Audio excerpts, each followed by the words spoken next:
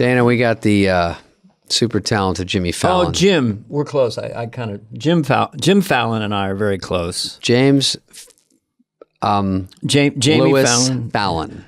is on the show. You know, he's an old That's right, Dave. buddy. Dana, I don't even know where I met him. I mean, I must have visited SNL and saw him over there, but kind of click easy with that guy. Actually, the first time I was on the show, on the Tonight Show, I thought he was being kind of a fake fan because he was so effusively nice. And then I realized he's like that, and he's a fan. He's great identically like guy. He is backstage as he is on stage. Yeah, he's a good guy. He knows how to be a talk show host. He knows how to keep that show moving, and he's always in a good mood. It's all you want. He's fun, and he'll ping pong anything you throw at him. And he's a great audience. I think it's not giving away or talking out of school, but you do your Michael J. Fox impression. Yeah. And we could see him on the Zoom a little bit, and he would fall almost out of his chair. Whenever he would fall, he'd laugh so hard he'd fall, and then he'd spin up the other side. Yeah. Not sure There'd be an empty Zoom thing, and then a giant Jimmy Fallon head would pump up in the front. You know, he just pop up. He's doing somersaults in that room. But he was a crusher on SNL from the get-go, just talented dude. Guitar, music, dance, he could do it all. He's what you call a no-brainer. Yeah. Hey, do you think I could be a sketch player? What can't that's a you no-brainer. do? So we're gonna talk to him. We're gonna cover everything, and we hope you like it. And here's our boy, the good-looking guy. Bit of a free fall in the best sense of the word. It's a bit of barely controlled mayhem and laughter. And we don't want to get any letters because I'm from the 50s. Don't write us letters about overtalk because at this point it came from effusiveness. Can you spell that, David? Remember you were... Yes, I can. Effusive, David. Oh, fuck, I'd be out already. Damn, I thought you had like 150 IQ. No, I spelled effusive the other day. And I also... There's another word I heard a lot lately that I really Serendipitous. like. No, I don't say that a lot. No, I say effusively because in a sentence. Effusively a lot? I say, why don't you compliment me effusively when I meet people? Okay, we have to do ads, but here is Jimmy first. We tend to ramble on because we don't really... We don't know how to organize our thoughts. It's called ADHD. Look into it, kids. There's pills for it. Anyway, enjoy our friend, James Edward Fallon.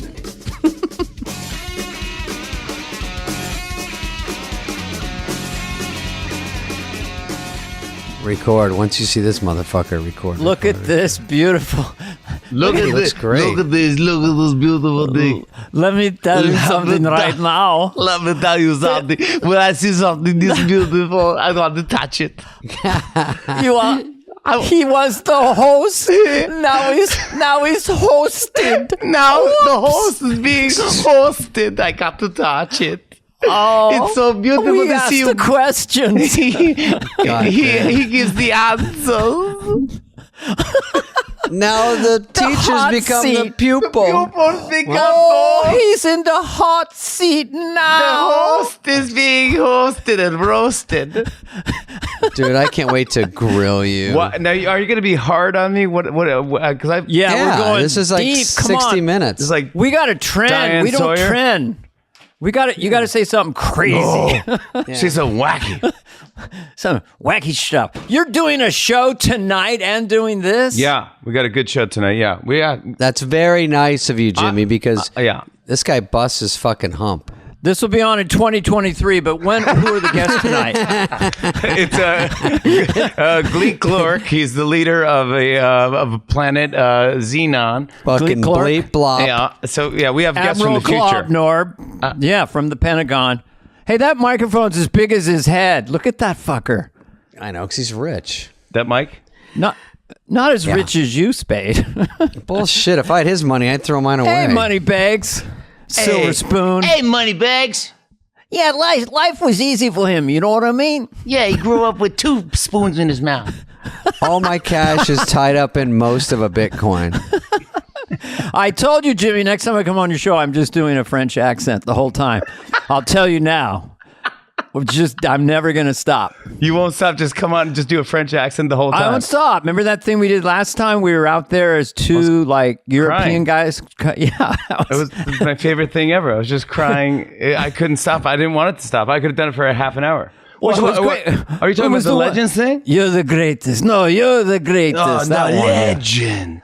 You're a legend. Yeah, legend. Legend is thrown around a lot these days for literally. I like when people go, I saw this thing about grown-ups. They go, all you guys are the goats. I go, do you know what goat means? I think goat is one. Do people know they just put a goat emoticon? They're too easy with that goat emoticon. Hey, you make the A plural. You're the best of all those goats. You know, You're the goat of the goats. you're the best goat of the goats. also goats. You know, Dana, Anyway, thanks Jimmy, for coming on. Yeah. Love you guys. I gotta You're my get to first guy. business. Said, can we get Fallon for this podcast? They said the word was no fucking way. so it's your new nickname is Dream Guest, Yeah, all right. and you just run with that. I'm ready Yes. for the one. Are we started? Is this or no? It's Oh yeah, almost over. we're half over now. Oh God, I had a great time. You wanna have a come heart back. out, but I have a heart out 1 minute before your Yes. heart out. How about that power Yeah. play? I have a hard out. Who's first? Yeah, my Every whole time I life do is a hard out. Dana, when I do a podcast, I go, all right, thanks, guys, right in the middle of an interview. They go, thanks what? I go, later. And they go, what the fuck's going on? I go, I feel like I've told it all. David said, we've tortured you enough. We got a guest going downtown. Dave, we'll let you go because we've tortured you enough. But we count David's yawns and the amount of little protein bars he has because he's Wait, David. I do need one, Heather. Can I get some green juice? Yeah. I got to stay awake for some of this. All right, so yeah, sorry. Here we go. I have a real thing to start with. Wait, do you want to like to have like? Are we going to do like a whole thing where you just go like, "Hi guys, welcome back to Fly on the Wall." We're here with Fuck no! Have you heard this dog shit? We just We just record bullshit and that then it's later. Oh, over. Yeah, we do it. We do an intro at the beginning where we kiss your ass when you're not here. oh, good. And then, but listen, Dana, here's a funny story about me and Jimmy. I knew it was going to be about you and Jimmy. It's Jimmy. On IMDb, it says I'm one of Jimmy's friends. That's nice. That's true. I put it on there. The Rolodex King, David. And when I go to New York, Jimmy, the three comedians I call are Jimmy and Chris Rock and Quinn. And one time about a year ago, Oh, my goodness. That's a fun group. So we all try to rally, you know. Jimmy's really good at rallying out. Jimmy's so busy and he always rallies for dinner or something. So we went out to Liller and, Jimmy, you were shooting at Coney Island or something. And you go, I'll try to get over after I'm done with Yeah, it was like an hour away from where we are. But that restaurant was so loud that night. Do you remember? Yeah, I know. Yeah. I hate But here was those. the other catch. Yeah. So first of all, you somehow I go, guys, Jimmy might come if he can, and you beat me there. That was one funny part. And then when we're in the middle of dinner and I'm just plotting how I'm not going to pay most of the dinner, that's all I think about. And then we all leave, Jimmy. And then you remember 2 days later, what do we see on Twitter? Oh, yeah. Chris Rock announces on Twitter he has COVID. And we don't get a text. We don't get a phone call. So Yeah. Spade and I call each other. And Spade's like, wait, do we have to follow Chris on Twitter to find out that we might I have go, COVID? luckily I do follow him and I You do have know to I hear have it about now. that online? Yeah. And then we ask him, he's like, what? Yeah. You read about it, didn't you? I go, well, yeah, but That was insane. Between a rock and a hard place. Good night. Yeah, it was- Never been done before. I think that's the whole story. Most of that story was just to say we had dinner. Do you end up using any bits from the dinners whenever we hang out? It's sort of a compilation of what all you guys said, and it goes into my act. Well, John Mulaney said on this podcast he's looking for stories, and David does that too. Like if someone follows him at a McDonald's, he's got a 10-minute chunk. So he likes stories. Yeah. He's a storyteller. Guy asked me straight up for my McNuggets. Straight up. No bullshit. Just give me your McNuggets. Yeah, why not? He's going to go into it. And I said, fuck, no, I stood my ground, Jimmy. You think I'm a pussy, but I stood my ground. No, didn't you? You gave him one. I gave him one, yeah. Yeah, I know the Now, story. Jimmy, I know. He knows the It's story. Legendary. Oh, It's okay. legendary. It's on your IMDb page. Let's see if we can do something about Jimmy's beginnings that he's never been asked. That's kind of interesting. No Might chance. be impossible. I did a deep dive. You did? I can't believe. I mean, I love both of you guys so much. I can't even tell you. I want to go into your career and your stuff and everything you've done to influence me. I wanted to be Dana Carvey. I wanted to be. That's my whole reason for getting on Saturday Night Live, and that was my whole thing. Oh, you said David Spade wrong. I think that's that's age related because David.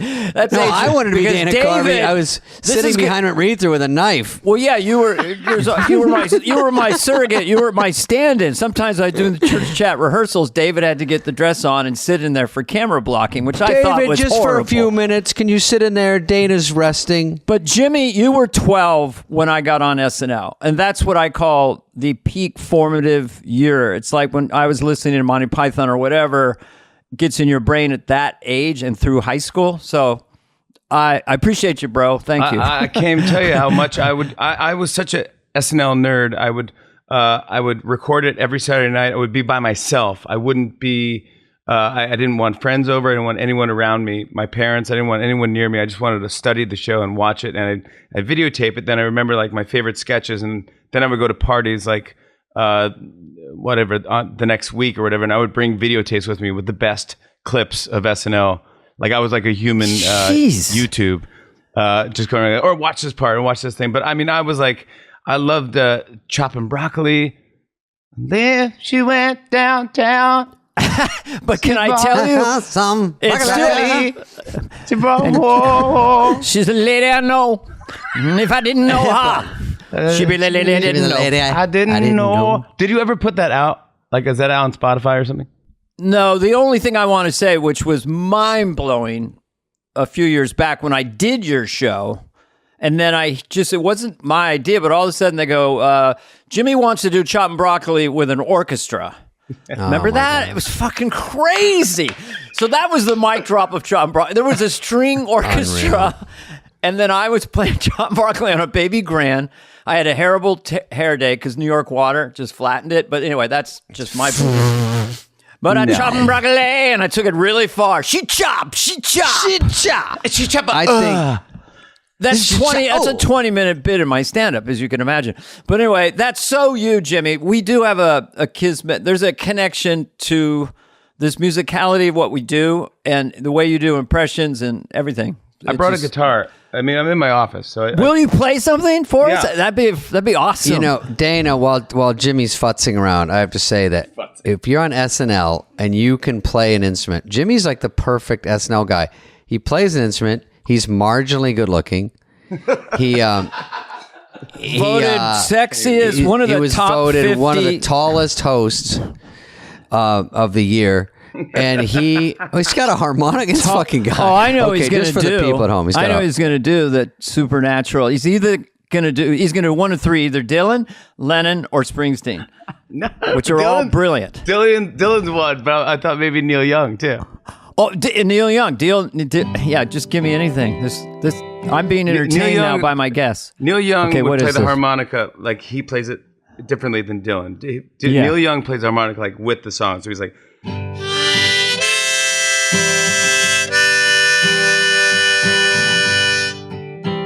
Oh, there we go. There, something changed. Yeah, it's good now. Yeah. Can you hear it now? Now we hear it. Perfect. Okay. All right. So like Neil Young plays the harmonica like with the tune with of the song. with the notes. Yeah. So it's like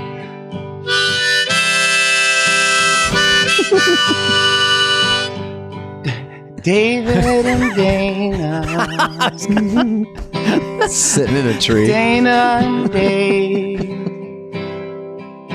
We're just a fly on the wall down the hall of SNL. That's pretty good. SNL. Dana and Dave. Did anyone ever call you Dave? Some people do. You have to get in the real tight circles. And then Dylan's faster. Dylan's like, yeah, a lot of up and back. Like he hits the highest note of the harmonica and just screams it. So like, yeah.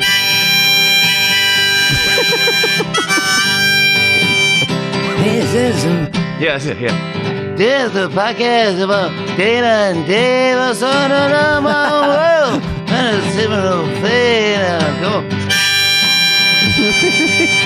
Silent wall. He runs out of stuff, he hits the harmonica. Yeah, exactly. When he runs out of lyrics. Have you heard Rough and Ready, his latest album, Rough and Ready, Bob Dylan? Yes. God, it's brilliant. So, Is it good? Soon After Midnight is a masterpiece. But he's got his new voice, which is Well, like, that's what I mean. That this other voice, I haven't really tried to do it, but it's pretty special. It's really raw. It's soon after midnight, and I got a date with the fairy queen. I love seeing him see him in concert because sometimes he doesn't feel like performing and he's just out there and he's going like, and everyone's like, oh man, this is weird. And then he's like, how does it feel? And you go, oh, I love this song. Oh my God. That's what he was singing? My friend. Yeah. That's what he was singing the whole time. When He he was accidentally stumbles into a hit, and then he's like mad he did because he's not torturing you enough. He's Bob One of our Dylan. friends just saw Dylan here in LA 3 nights ago and was taking bootleg clips, but I guess it's interesting, but I think they said he did like a 45-minute song. Oh, No one I knew got if it a was the pop same quiz song for or what. Jimmy and Oh, David. okay. What is the one song from his big hits in the 60s where he stylizes his voice in a certain way? Lay, lady, lay. Yep. Now, I know you can do that. No, let me guess now. Lay.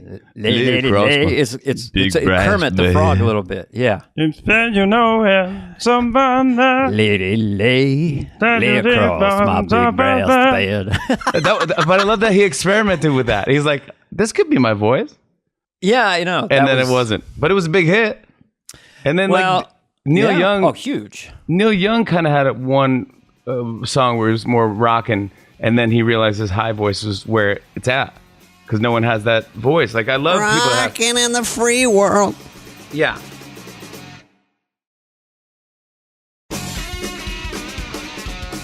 Did you do impressions of everyone on the staff of SNL? Not really. Like, Yeah. Who would be the big ones? Higgins, Mike Shoemaker, Marcy Can't name Klein. I mean, could you do cast members? Could you do Spade? Hey, buddy. Beep, bop, boop. Oh, beep, beep, beep. Yeah. I'm not going to be reduced to noises today, gentlemen. So I was opening the door. I walked in. No, David is an actual good sound effects guy, but he doesn't lean on it. It just comes out. They're woven in. I do you, I don't have Jimmy. music. I do you. You do? I just do a sound. Just sort of. Go. That's pretty good. That's It's the just best when you're- impression of me. It's when you're very, very excited. Like something very excited. It's just a sound of exuberance, which I was thinking today. Here's a compliment. You remind me of the Beatles. Oh, Jesus. Wow. The early Beatles, because what You they told me I reminded you of Kaja Gugu. You were kind of Shaka Khan, but anyway, we'll talk later. Because the early Beatles just projected so much fun and joy, it was just irresistible. And that's what you do. I appreciate it. You know, it's very, it's interesting. You know, growing up in Liverpool, we were Liverpudlians. You know, and we'd never eat pudding. You know, and you'd think we'd have a liver pudding. You know. But that's what pudding's different, you know, in England. It's not the same, you know, it's not the chocolate, you know, vanilla, you know, strawberry. The whole town was just eating pudding, you know, because it was You called know, whole Liverpool. town, we're called Liverpudlians, the whole town was eating pudding, you know. I'd ring up George, say you want to go get some pudding. I said, I'm eating some right now. John would come over and hit me over there with his guitar, like, let's go get some pudding. And that's how we wrote Paperback Writer. John would just come in and bang me on the head with his All that scratch guitar. turned into Paperback Writer. He'd smash you with the guitar. We'd sit for a plunker. And that's how we made... John would come in, he'd hit me over the head, you know, and say, let's go get some pudding. And that's how we wrote... That's how we wrote the White Album, you know. The funny part is I haven't heard. He banged me. He popped me over the head with his guitar. He said, and then we started plunking. Let's do a plunker. You know, we got into a song, so we didn't know what we were going to do. So I looked at George, you know. I hit George over the head with the guitar. And next thing you know, we have, you know, Sgt. Pepper. And, you know, John and Paul were the primary songwriters. Peace You and know, love, of it course, took they me were the great day a of long peace time. and love. They were peace. which one was peace and which one was love. We switched back and forth. They were my brothers. Sometimes John was love, sometimes John was peace, and then sometimes Paul would be love. And then I'd say, hey, love, and they both turn around, and I'd bonk him over the head with the guitar, and that's how we wrote Octopus's Garden. You came up with another song. That was good. One time, That was good. we were lost. Spade, you remember you made me laugh last time you were on? I was giving your intros, and I was like, he's blah blah blah. He's an Emmy award winning actor, and I go, is that right, Spade? And you were right behind the curtain. You go, yeah, Yeah, that's right. That's it. That's that tone David uses. No, Yeah. I do. There's a lot more going on with me. I can't be reduced to simple noises and yeah, I'm the most complex comedian on the planet. yeah, but no. Thank you. I remember we went to that one that event for Howard Stern. We went to this event for Howard Stern. Oh, I did stand up? Yeah, and I was like, oh, David, could you do the skiing bit? And you're Right. like, dude, I don't take requests. But like, No, I did take requests and I did do it. you did do it. No, and you that was killed fun. it. That was a charity gig, and you were. That was real fun. It was scary because there was a lot of people. You in a tiny crushed room. that night. It was unbelievable. But the Spade skiing crushes, bit, man. what was the skiing bit? Because they're like, your friends want to go on the Black Diamonds trails, and you don't. You're like, I don't Right. want to. I'm afraid of that. I don't. They're like, I want to go. They say it's easier to teach you if we all go down from the top, but it's just to ditch me. So I say, no, I got the map. I want to go down the green ones. We're going to stop. We're going to start on Pop-Tart. And then they go, no, we're going down Devil's Ballsack. Here we go. And I go, no. That's a hard one. We're going down. Listen, I mapped it out. We're going to go down Jelly Bean into kitten paw. Kitten Paw, and then Puppy Love, and then Mother Goose. It's sort of challenging, but not overwhelming. Nope, Hitler's abortion. Here we go. 2x2. Everyone line. I go, no. We're going down Hitler's abortion. Is the name of the trail. That one sounds hard. Yeah, that one. Listen, it's always good to work the word abortion into your act. It's always great. It's always put a smile on everyone's face. But did you do Norm? Did you do impressions of Norm? Hey. Oh yeah. No, Norma. Yeah. We did a gig. I think I told Dana this, or maybe I told Dennis. We did a gig. Me, Dennis Miller, and Norm did a gig right before the pandemic. And he was like, David.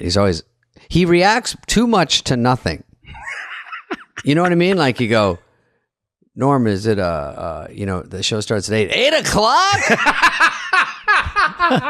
That is exactly him. Yeah. 8 o'clock. And then you go, there was an earthquake in Oklahoma. He goes, when, today? I go, no, that's a big deal. There's an earthquake here. 8 o'clock. Why would they do it at 8? I go, because it's the most obvious time in the world I'm to do a not show at night. ready. Worst time. Yeah. That's like the worst time for people to do stand up, 8 o'clock. Because my neck's all fucked up because of the flight there, and I go, fuck. And then Dennis goes, Spudley, why don't you go last? Like it's a big favor. I go, and follow you two assholes. You guys kill. I think Dennis was technically the headliner. For sakes, I got the jet waiting on the tarmac. I'll do a cute 20, okay? Holdy and I are going to Chicago. Dennis came on the show. He killed, by the way. He was so funny. I'll tell you the bit he did that made me laugh. But he was backstage. I was going to say hi to Dennis Miller. And I never wear cologne, but I put a little cologne on before I went to see him. Not that much. I did a little mist of like, and then I dove under it. Walked through it. I kind of, dolphined. I Dove under it. I dove under it. Dolphined under it. I dolphined under Gyrating it. movement. Just Nice. barely on. So I go, maybe it doesn't. And I walked in. I go, of course, Dennis of all people. He goes, gosh, Jimmy Fallon smelling like Paco Rabanne over here. Fucking Jimmy. Did you get the Paco reference? Rabanne. It just sounds Yeah. funny. What is that from? Is it a perfume from the 50s or It's something? from the 80s, yeah. Car. Jeez, I feel like Vinny Knick-Knock of the Detroit Lions in 19... Any knick-knock. Yeah, the onside I always had a kicker, joke yeah. that he never did, but he's like, it's so quiet. It's like the soundtrack to a Chuck Chaplin film. Chuck Chaplin. Chucky That's Chaplin. a real joke or a fake one you it's made a up? fake one that he never Chucky did. That sounds very Does close. anyone ever call you Jim? Christ's sake's going on Jim Fallon tonight. Yeah, Jim, let me interesting story. I'm working on a new bit. Okay, It's a exuberant, Dennis. It's a James Bond film. Okay, it's called Bitcoin Finger. Okay, Bitcoin Finger. He loves only risk. He loves risk. That was his joke he did on the show. It made me laugh. Oh, really? Is that Bitcoin true? Yeah. Finger? Oh my God. Bitcoin Finger. He loves only risk. Is what he was singing. I was love singing. him, man. Oh man. Oh, he's the funniest. We do him all When the he starts time. laughing in the middle of his bed and he starts talking to you. Christ, cha-cha. Oh, I just do him just to soothe myself. Give me a topic, anything. I'll filter it through Dennis of anything. Just ice cream, mint chocolate Ice- chip. Mint chocolate chip. Okay, that's front loaded, isn't it? All right. Can I have some mint or do I Front-loaded. have the chocolate? They're competing with one another. All right. Last thing I need is a confusing scoop of ice cream. All right. How many chips do I fucking need in All one right. Well, bite? I'll give Jimmy a topic. All right, Jimmy. Yeah, give me one. The grocery store. All right. Okay. Why do we have to go to the why does produce have its own section? The produce section, okay? There's not like a cereal section's like we don't get a section. We don't get the produce gets its own section. Yeah. What am I, Glico? Yeah. What am I? I'll have Glico Christ's the bag sakes. boy. Hey, Glico the bag boy. Why in Christ's sakes we gotta have 600 different kinds of cereal, okay? 50 wasn't enough, all right? You I need guess, 29 no, I Fruit wanna pay- Loops variations. I want to pay an extra $2 for the organic apple. Don't really see the difference. Hey, do I want to round up for Ukraine? Where's that fucking cash going? Come on, let's be honest. Jesus Christ, fine air Qantas, okay? Who's up front, a koala bear? Okay. Okay. All right, yeah, good. 29 hours to Melbourne. That's Paul a nice Hogan in flight. first class going, that's not a knife, this is a knife. Just eat Yeah. your freaking sandwich. Paul Hogan. I actually did. I submitted a thing at SNL that didn't get on, and it was Alligator McGee. It was a takeoff on Crocodile Dundee or Alligator something. And everything was Alligator bigger. He goes, that's not a refrigerator. This a refrigerator, and it's like 20 times bigger. Just everything. That's not a lamp. This a lamp. You know, it's No, just that's like, not a lamp. This Didn't is get a- on. This Yeah, is a I lamp. did a bit once on the show with Schwarzenegger where we were doing QVC hosts, and I wanted to talk about this new slicer or something like that, and he wanted to talk about the chopper. We had like a veggie chopper, and he's like, all so he can go like, get to the chopper. And I go, That's and I funny. was like, no, we got to still talk about, we have this new iron. It steams your clothes while it irons. Like, get to the chopper. And it totally tanked. It didn't really work. Get to the top of the You got to get. He came on the show once, and I go, you smoke cigars, right? He's like, yeah, I love the cigar. The cigar. Ow. So I go, how do you smoke a cigar? Because I don't really know much about them. But don't you lick it? And then you cut it and right. lick it so Yeah, it you lasts. kind of And do he a goes, thing. Yeah. You don't lick the cigar. You don't actually licking the cigar. You don't do that. Listen to this guy with the licking. You He don't wants like to what lick. the guy does the guy do licking. He is so positive. Big and gaga. there is no problem in life with Arnold. That's why I actually, with one of my brothers, I would say, what would Arnold do? Like if something's late, like the cab's late, that's all right. We walk a couple blocks, we see, look around, we see a better cab, and we actually get a faster ride to our destination. I love his positivity. We go up the mountain. There's probably we can make a zip line out of the vines and just zip line down to the place. That's right. We forgot our skis, so we get the wood from the forest. We chop and we make wooden skis. We strap them together with the pantyhose or whatever we have, and we go down the mountain. We And take then the we're ready Spanx. for We take evening. the Spanx off and inflate our Spanx to make a hot air balloon, so that we can fly to the destination. We get off much faster and better for the environment. And we give rides for children. The children go, and we make lots of money. And all these things. Oh, where's he going? Spade, he took a break. Jimmy, can you remember the catchphrase we had when I hosted in like 1999? You were. I know what it is. This is why I knew Jimmy and I had the same sense of humor, because I was a running gag of me being cocky, Hans. So the whole idea was And the show was doing fine, but all week long, I would just say, in reference to the current SNL, so long, golden era. Goodbye. Farewell, Emmys nominations. Goodbye. Hit show, so long, memorable characters. Anyway, Goodbye, Emmy nominations. but you laughed so hard at that. Arrivederci. Peabody Awards. Farewell.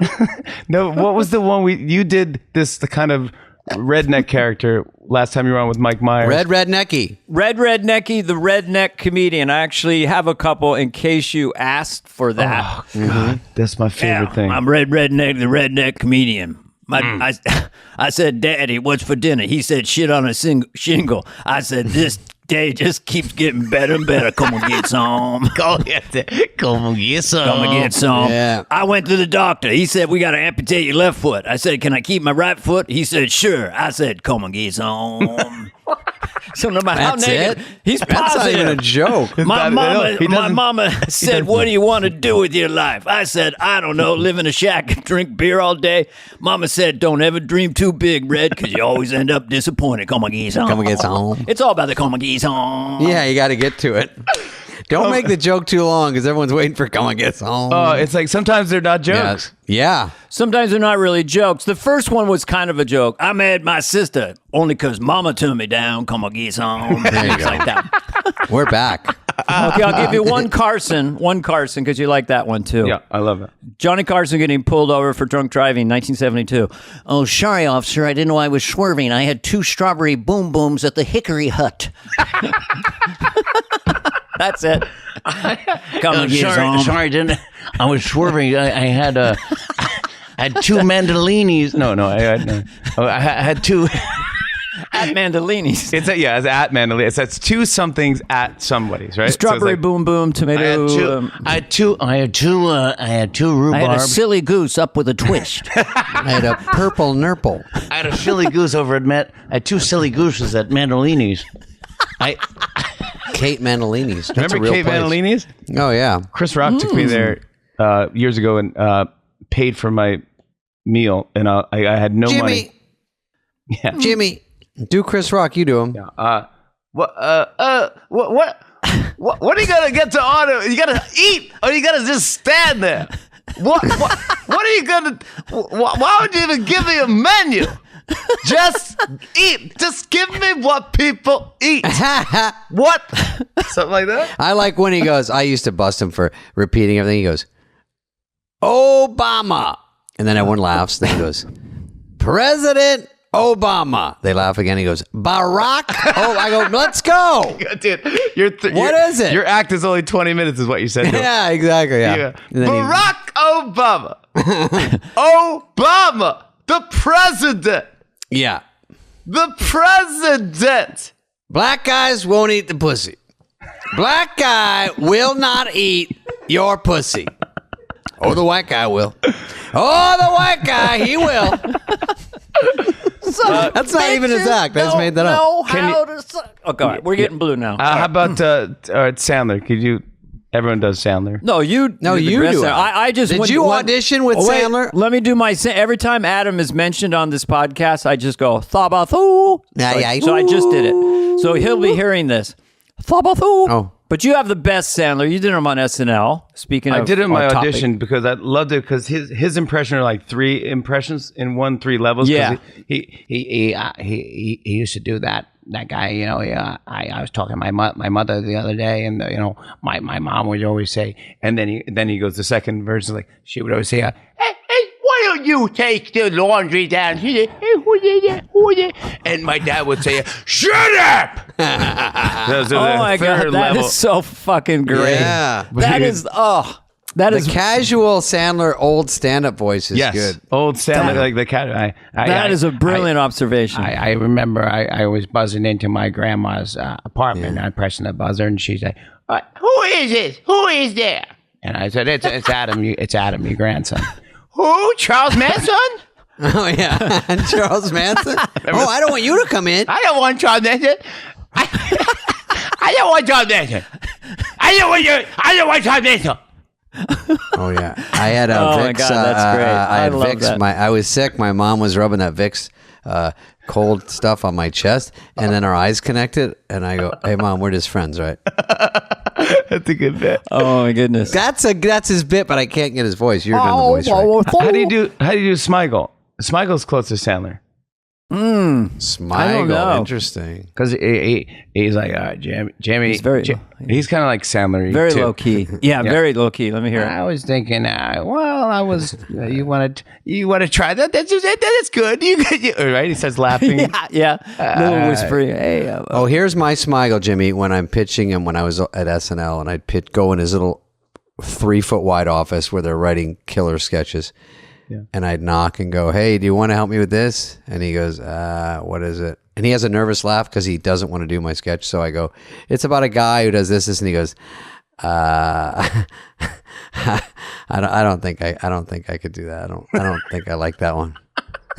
Very low key. In the nicest way, laughing at you. He's so nice, but he's kind of laughing nervously, like, how do I tell him? Yeah, Spade. And he would just look off into I don't wanna space do and that. start laughing. You ever see him do that? Where he's just he's in the room and he's just staring at the wall or something and laughing, looking up. I love He's making him thinking of laugh though, something. because when you do make him laugh, I made him laugh once. He never put it in a sketch, but it was like, how does Dracula? What if Dracula was a comedy writer and he's like judging the laughs? So it's like he's like mwah ah ah ah mwah ah ah, and then you tell another joke. He goes mwah ha. Blah, blah, blah. Yeah, blah blah mwaha. I mean, I like the other one where you do the mwah ah ah ah ah. And I go, how about this joke? He goes mwaha. That's mwaha. It's like judging that. But I was at once. We did it. He does those charity things. They're really great. Night of Too Many Not Stars. too many Yeah, stars for for autism. Mm-hmm. And I did a bit with Tina Fey, and we were in we're at Radio City or someplace, and it had an orchestra pit in the front, and he came out, and he had a laptop with him, and he's got his glasses on. I go, what are you doing? What's up? What are you doing, Smigel? And he goes, I'm changing all the fucks to shits because we're airing on Comedy Central, so we can't say dirty words. So I'm changing all the fucks to shits. Or something. I go, oh, cool, or whatever. So I'm doing our bit with me and Tina, and I see Smigel backing up, and he's typing in this thing, and he backs up, and he falls into the orchestra No. pit. He falls like 6 feet down. Into the, I go, holy crap! I run over. I go, Smigel, are you okay, dude? What's up? Are you? And he looked like a Jerry Lewis would look like if he fell. It was like a chalk outline of a body. His glasses were broken, and the laptop was in three pieces. And I ran down. I go, dude, oh my god, are you okay, buddy? And he goes, without missing a beat, he goes, change all the fucks to shits. Oh my god, that's too funny. By the way, what a dumb note. Like, no one's offended by shit. Like, that was his last words, you know? Wow, that was. I'm going to laugh about that even more later. That's going to go through my head today. It's so funny, man. That's so Robert. He is so fucking obsessed.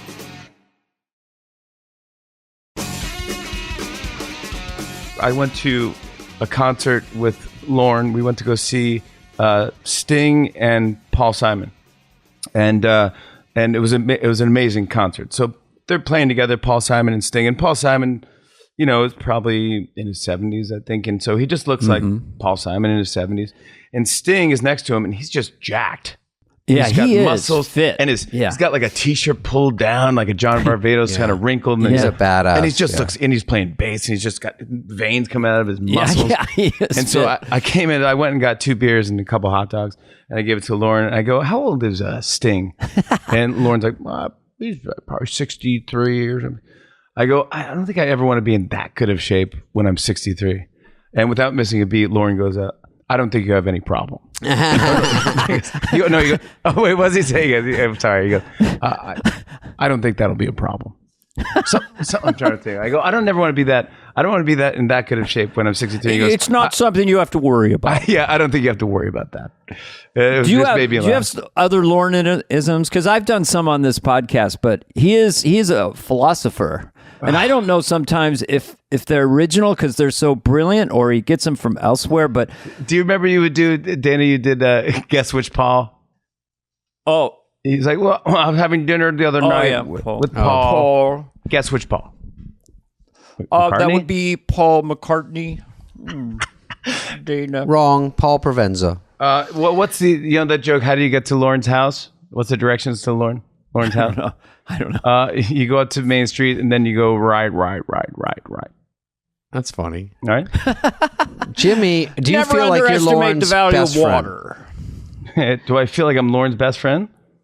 Out of all the SNL people, You've worked longer with him if you add SNL and then the 2 late shows, and now, so you've worked closely with him as long as any, but 25 years or something. 20, yeah, he's the great. Yeah, I would say he definitely. Well, we is all love him. My best friend, but I mean, if it wasn't for him, I wouldn't have gotten late night.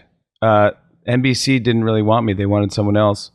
God, that's crazy. And I remember when I he heard you were consulted me. available and they were thinking, Hammer, that's so fucking perfect. I was like, if you felt like doing it, because of your we were range is leaving. so I was huge. leaving SNL, and then Conan had signed something where he was going to get the Tonight Show in like 6 years or something. 5 years, yeah, Something which like was that. It was such a fucked up thing. I never heard of that happening. But They anyways, They wanted to keep Jay but not lose Conan. That was the compromise. Yeah. So I remember I was leaving SNL, and Lauren goes, "Well, would you ever want to maybe host a show? You could take over for Conan in 5 years." And I go, "I don't know if I would do that. I mean, I think I'm going to be, big Hollywood star." He's like, "But I'm like, I'm going to go do movies or whatever." And he's like, and Tina Fey was in the office, and she was like, "I think you'd be great at that. You're like Irish, and you like to go to bars and talk to people and you talk to everyone. That'd be right up That's your all alley." it takes. Yeah, that's all it takes. And all the stuff that you got to do on the talk shows that weren't totally SNL friendly. They were just different, long dance numbers, and we'll go over those in a minute. But it was like, so then I go and I try movies. They didn't work. Same. And then I'll tell you something that Sandler had said to me, because I had Clean Slate and Trapped in Paradise, and I know you had too as well. And I had things I was developing with Smigel and other people. But Sandler at one point said to me, sidles up, and you could do it better, goes, "Carvey, they meaning the people making movies that aren't us, they don't really know how to do it. They don't really know how to make it, where to put the camera, and what to be funny, Wow. I never forgot that. Because you said something once I found fascinating. The idea of you get to the set at 5:30 and you do the thing and the blocking and the master shot. By 10 hours later, you've said the line 150 times, 200 times, and now you're going to say it for the movie. It's like, it's not even funny. English. It's not even English. Sound like I go, dude, I peaked at like 10 in the morning. Yeah. You want me to be funny now? I'm so exhausted. I'm like, I can't be funny. And like, then it's movies just weren't my thing at all. But then Lauren, he goes 5 years later and he goes, remember I asked you that thing? I go, yeah. I go, well, let me ask my wife because now I'm married. So I go, okay. So I asked Nancy and she's like, you got to do it. You got to do it. Look at the list. It's Letterman, Conan, and you. That's a great list. You have to do it, even if it doesn't work. So she was like, I'll move to New York. And so I said, yeah, I want to do it. And then NBC was like, yeah, we're not sure we want to be in the Jimmy Fallon business. Oh, really? What the fuck? After all your SNL stuff and your talk show appearances? When did you host the Video Music Awards? Because I thought you did a great job. I go, oh, this is a whole new thing. Like, you were perfect for that. Yeah, that and was... you were playing your guitar. 2004 or something like that, or 2002 or something like that. One of those. Was that during SNL or right after? That was during SNL. Oh, no. That was right after SNL. That's what I was leaving to do movies and stuff. Because that was like a good all-around. But you were a smash right away, right? Yeah. When you got on that late night show, pretty much, right? Well, it worked, yeah. It kind of. Yeah, smash was a strong word, Dana. Yeah, smash is a strong word. I'll say stuff that I say about Jimmy, when he's not around. There's never been anyone with your range and you're so versatile, talent-wise. There's no one. No, I'm going back to Steve Allen, and then also your likability is a 12. Yeah. And then your interview skills, where you make it all about the person. You're just like Carson. So I thought you were like made out of a factory, and then tall and handsome. I was like, and he can play guitar, and he does Dylan, and he can do Neil Young better than Neil Young, and you two could make it tonight, and they think the Roots and Jimmy are better than you two. It's like, it goes on and on. So yeah, I felt you were made out of some kind of German factory. We shall make the greatest talk show host in 6'2" Pool check. Voices mein check. Likability check. Let him go. Release him. Dancing. I heard from somebody, a little birdie told me, that when you and Justin Timberlake are out there doing all your choreography with the choreographer, that no, he can't. You get it in one take. Like this woman does like 10 steps, and you're like, No way. you can do that too. So No. that's my mic drop on complimenting Jimmy Fallon. I'll take the mic drop from Danny Carvey. And Jimmy's willing to travel to Coney Island for bits.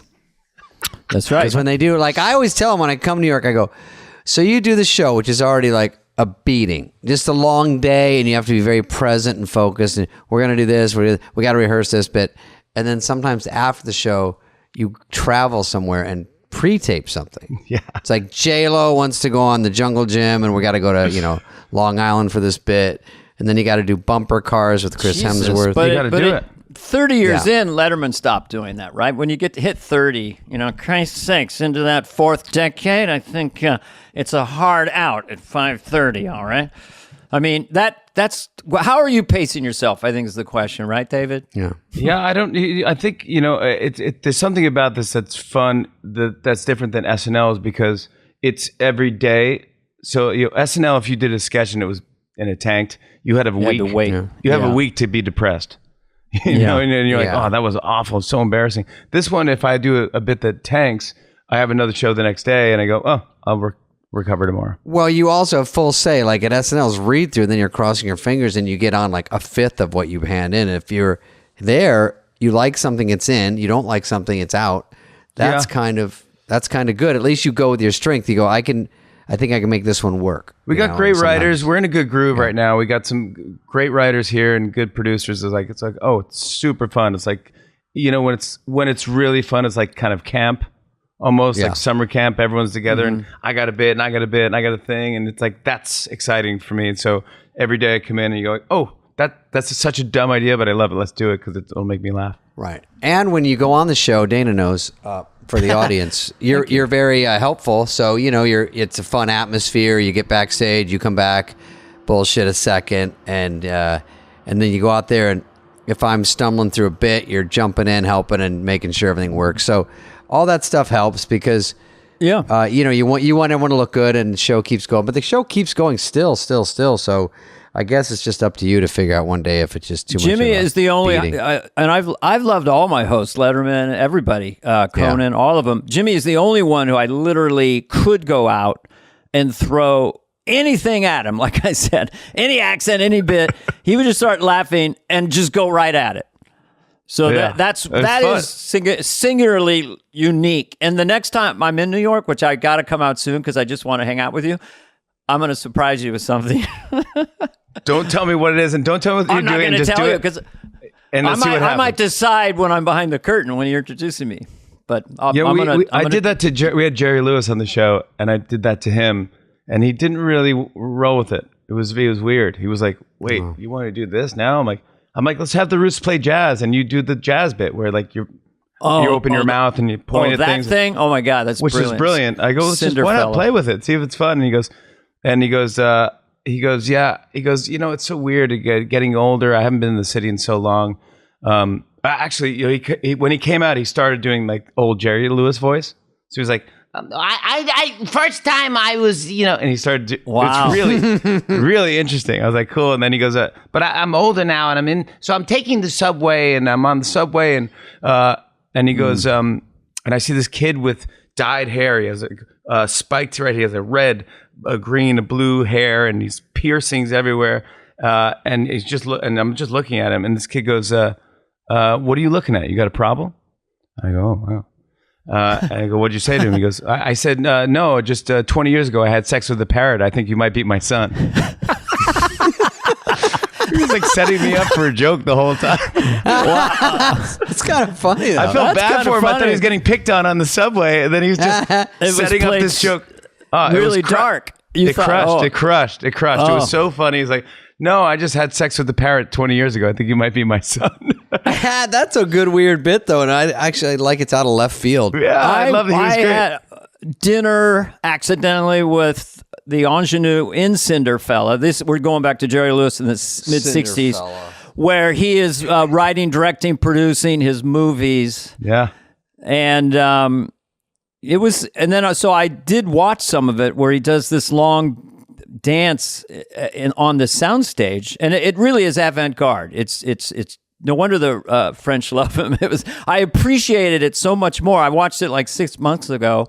I was like, damn. So that Was is that kind of Cinderella brilliant. the one where he's getting in the argument? He's the boss and he has Yes. a cigar and he's yelling to the Yes. jazz. Yeah. It's the best thing. It's unbelievable. And might have been called self-indulgent then, but now it's like it just keeps going and going and going, and it's brilliant, really. I swear, I thought Sandler was talking about doing a remake of Cinderella in the old days. It sounds kind of up his alley. He can say that's true or not, but I remember. Why did I hear that? I think he really just thought That's Jerry Lewis Adam's was funny. Spade, are you working Adam's on character. Are you doing a new Netflix movie? You know, that's a great question, Jimmy. I'm glad that when I just texted you that, you got it. Because you know what? The Wrong Missy was unbelievably funny. It was fantastic. I loved it. You know, and everyone I thank you, recommend, Jimmy. everyone I'm like, dude, you want to laugh? Watch The Wrong Missy. You won't even believe how funny. And then everyone's like, it's the funniest movie ever. The Wrong Missy we stumbled upon, and I'm finally, there was a rumor at the beginning you were going to ask us questions, but I'm glad it's finally happening. The Wrong Missy. A rumor. There's a rumor when you were like, I want to ask you guys stuff. I'm Hey like, man, oh, that good. movie did 200 billion minutes, or however they keep track. I mean, it was insane. You know, It's like a billion. when It did a billion you find seconds. out. 3 billion And they seconds. call and they go, it's the trillion number one seconds. movie in the world. And you're like, I can't believe it. They're like, we can't believe it. That's pretty funny. And then like for a week straight, they're like, number one in the world.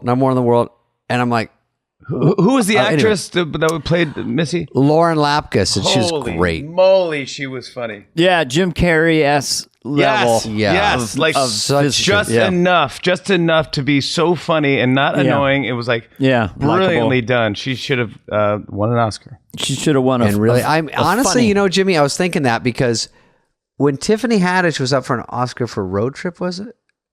I was thinking, it is actually possible. Like, Yeah.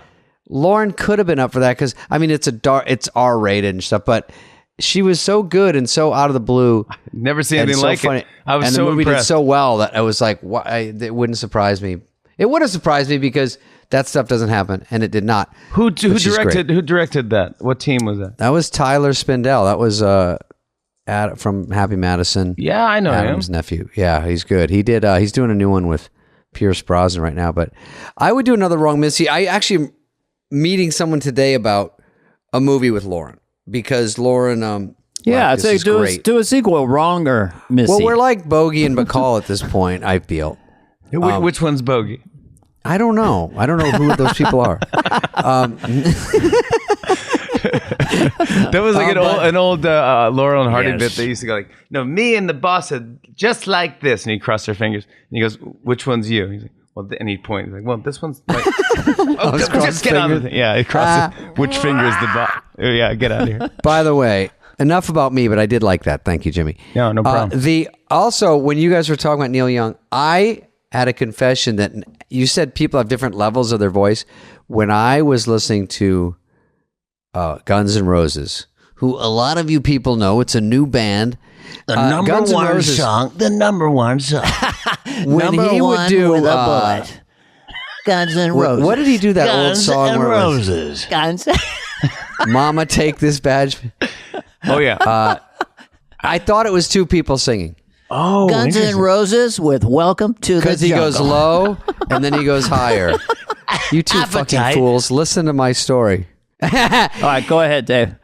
Checking in at number 5, the boss. Bruce Springsteen, a man and his guitar. A man who likes to call his guitar his own. And here he is. He writes, Dear Born- Casey, Dear Hey. Casey, can I ever play guitar like Bruce Springsteen? And the answer is yes. Keep your feet on the ground and keep reaching for the stars. Dear Casey, I'm a bit of a this is fuck up. Bruce Springsteen. Is there any chance for me in show business? Of course there is. He writes, Dear Casey, I'm a complete dick to most people I meet. How can I be a nicer person? Writes, Dear Casey, I read Playboy just for the articles. Dear Casey, This may be off subject, but I whack off 35 times a day. Dear Casey, I put a Fitbit on my left hand and I get no steps. I put Fitbit on my right hand. I get 500 million. What am I doing with my right hand? Dear Casey, my socks tend to droop. How can I hold them up and keep them from drooping?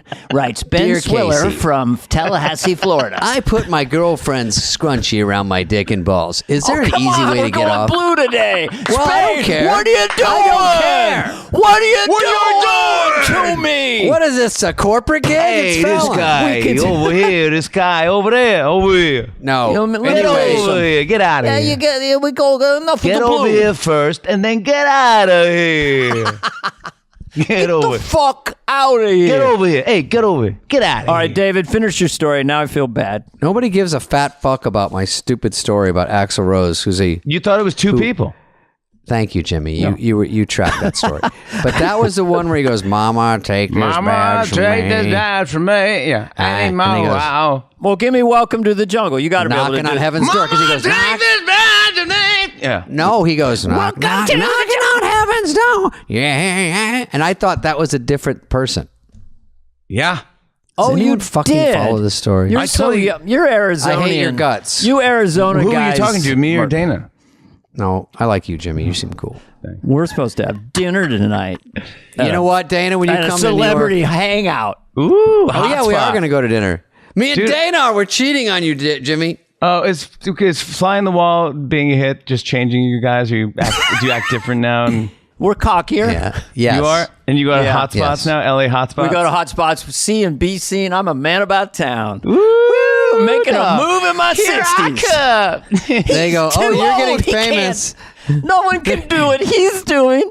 Check his You're Wikipedia. getting famous about talking about a show that made you famous. I'm like, He didn't fade. He's as sharp as ever. Almost 80. I listen to you and Smartless. They're my favorite podcast. oh yeah. Oh, what about Clueless? That's David's new podcast. Sorry. I like to go back to the scrunchie around the balls. That was a real question. All right, Do I get I it won't off? Is it interrupt easy to get that. off? Or do I? Question My wife dedication. loves this podcast. And Oh, she's- she doesn't like it to go too blue. She doesn't mind people say fuck, motherfucker, shit, but you know, deep downtown gynecological type stuff Okay. and balls and dick. Maybe Deep it's down- not a favorite. Downtown, uptown, roundbound, roundtown, down. I'm doing George Carlin. Oh yeah. Later, Oh, George, yeah. later George Carlin. George, drop the G and you have orange. That was one Why of are his there no blue fruits? There's no blue fruits. You Everyone can needs download, shoes. upload, uptown, download. Jumbo shoes. shrimp. Big shoes, little shoes, brown Garage shoes, yellow sale. shoes, girls' shoes, boys' shoes. Everyone needs shoes. Boots, Garage patent leather sale. shoes. They're not selling the garage, honey. We're selling the garage. The king of lists. He was had an incredible He mind for memorized the list, and he would just crush the whole. blueberry yogurt, strawberry yogurt, vanilla yogurt. If he'll shut the fuck up, I'll At the end, it was like that. It was like, there's no blue food. And you go, what about blueberries? And he goes, okay, there's one. I waited on George Carlin at the Holiday Inn in Oh, I've 1976. heard. Tell Jimmy. I brought him a bowl. And we liked it. We loved No. I waited on George Carlin in 1956, and he was doing hippy dippy weatherman. He's a hippy dippy weatherman. He's not a normal weatherman. He's a hippy doo weatherman. Tomorrow's forecast, hot. Tonight's forecast, dark. Tomorrow's forecast far out, man. Far Wasn't out, that man. his He's bit? the greatest. He's the greatest guy ever, man. What about a guy who talks like this? What's your latest? Most of my impressions are that. Just go I do Diesel. like. I was Pat O'Brien. I did Pat Everybody. O'Brien like that. I did a Pat O'Brien's great. DJ. Everything was this voice. I would do a welcome back. You're listening to Z105, everybody. And we're here with the great David Spade. David, we're just talking back and saying I wanted to talk about your movie. We'll be right back on the Z. Z105. And then you go to they go to commercial, and you go, David, thanks for being here, man. We're going to talk about your movie. I was so funny on Netflix. All right, here we go. We're coming right back. And we're back here, Z105. I'm here with David Spade. Hey, David, I did not like your movie.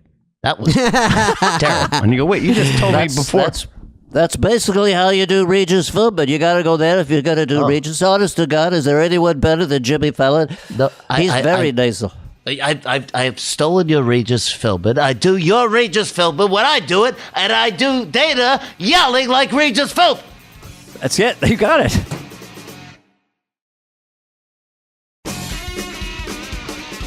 Damn, I got one, Jimmy. Yeah, go.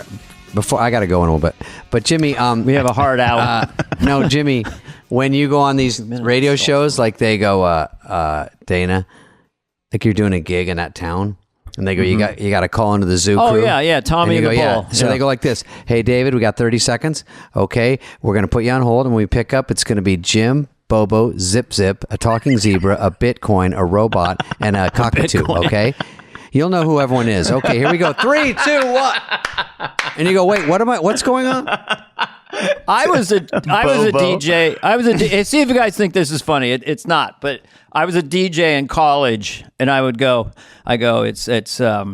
it's 3:13 in the city, 2:11 on the Dane Rock. It was always a different time than the real time. It's 4 o'clock in the city, 3 p.m. on the Dane Rock. I don't know what that Makes was no my sense. moniker. Yeah, I know. well, It's it's not bad. That's your, and it didn't stick. I like it. It didn't It stick was- because you're it on your didn't own stick. planet. You're on your own thing when you're listening to Dane Rock. Dane Rock. I know. I like it. It's Hey, 3 Captain p.m. Catch. 3 p.m. in Sacramento, but it's 2:11 on 12:30. in the Jimmy Rock. On the Jimmy, on the Jimmy Jim Rock. Rock. I used to get just Tommy and the Bull. It's Tommy and the Bull. You know, you wake up at 6 a.m. playing some shitbox club in Mississippi. You know, Tommy and the Bull in the eye. You know, Yeah, the come Grease on. Man. Remember the Grease Man? Oh, I remember Grease. The Grease. What about like is, dear, never pay for a woman's lunch. All right. Jimmy, I'll ask you one Jimmy. last question. David, you have No. one last question? Does he get one last one? Okay, you got about a minute. I was going to summarize his whole Oh, appearance. yeah, Dana usually gets one last question, then you Go summarize. ahead, Dana. What was it like on You know Saturday when Night you're Live? leaving when you that's the worst question. Do you ever you ever listen? You know, Howard Stern always ends his Oh, yeah. interviews the best, where he's like, "All right, well, we've done it all. We've said it all. No, Jimmy. I love Howard. You've done it all.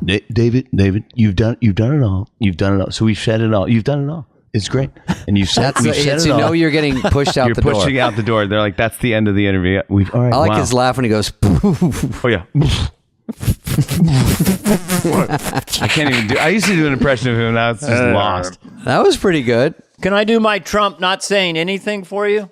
Yeah. Okay, we'll end on There's that. no subject. Frankly, let me tell you, you're going to be seeing a lot of it, that I can tell you. I mean, when you look at it, and it didn't work out so great for some of those people, you're seeing it all over the place. Many people are saying, we don't want that. We're not people who do that, okay?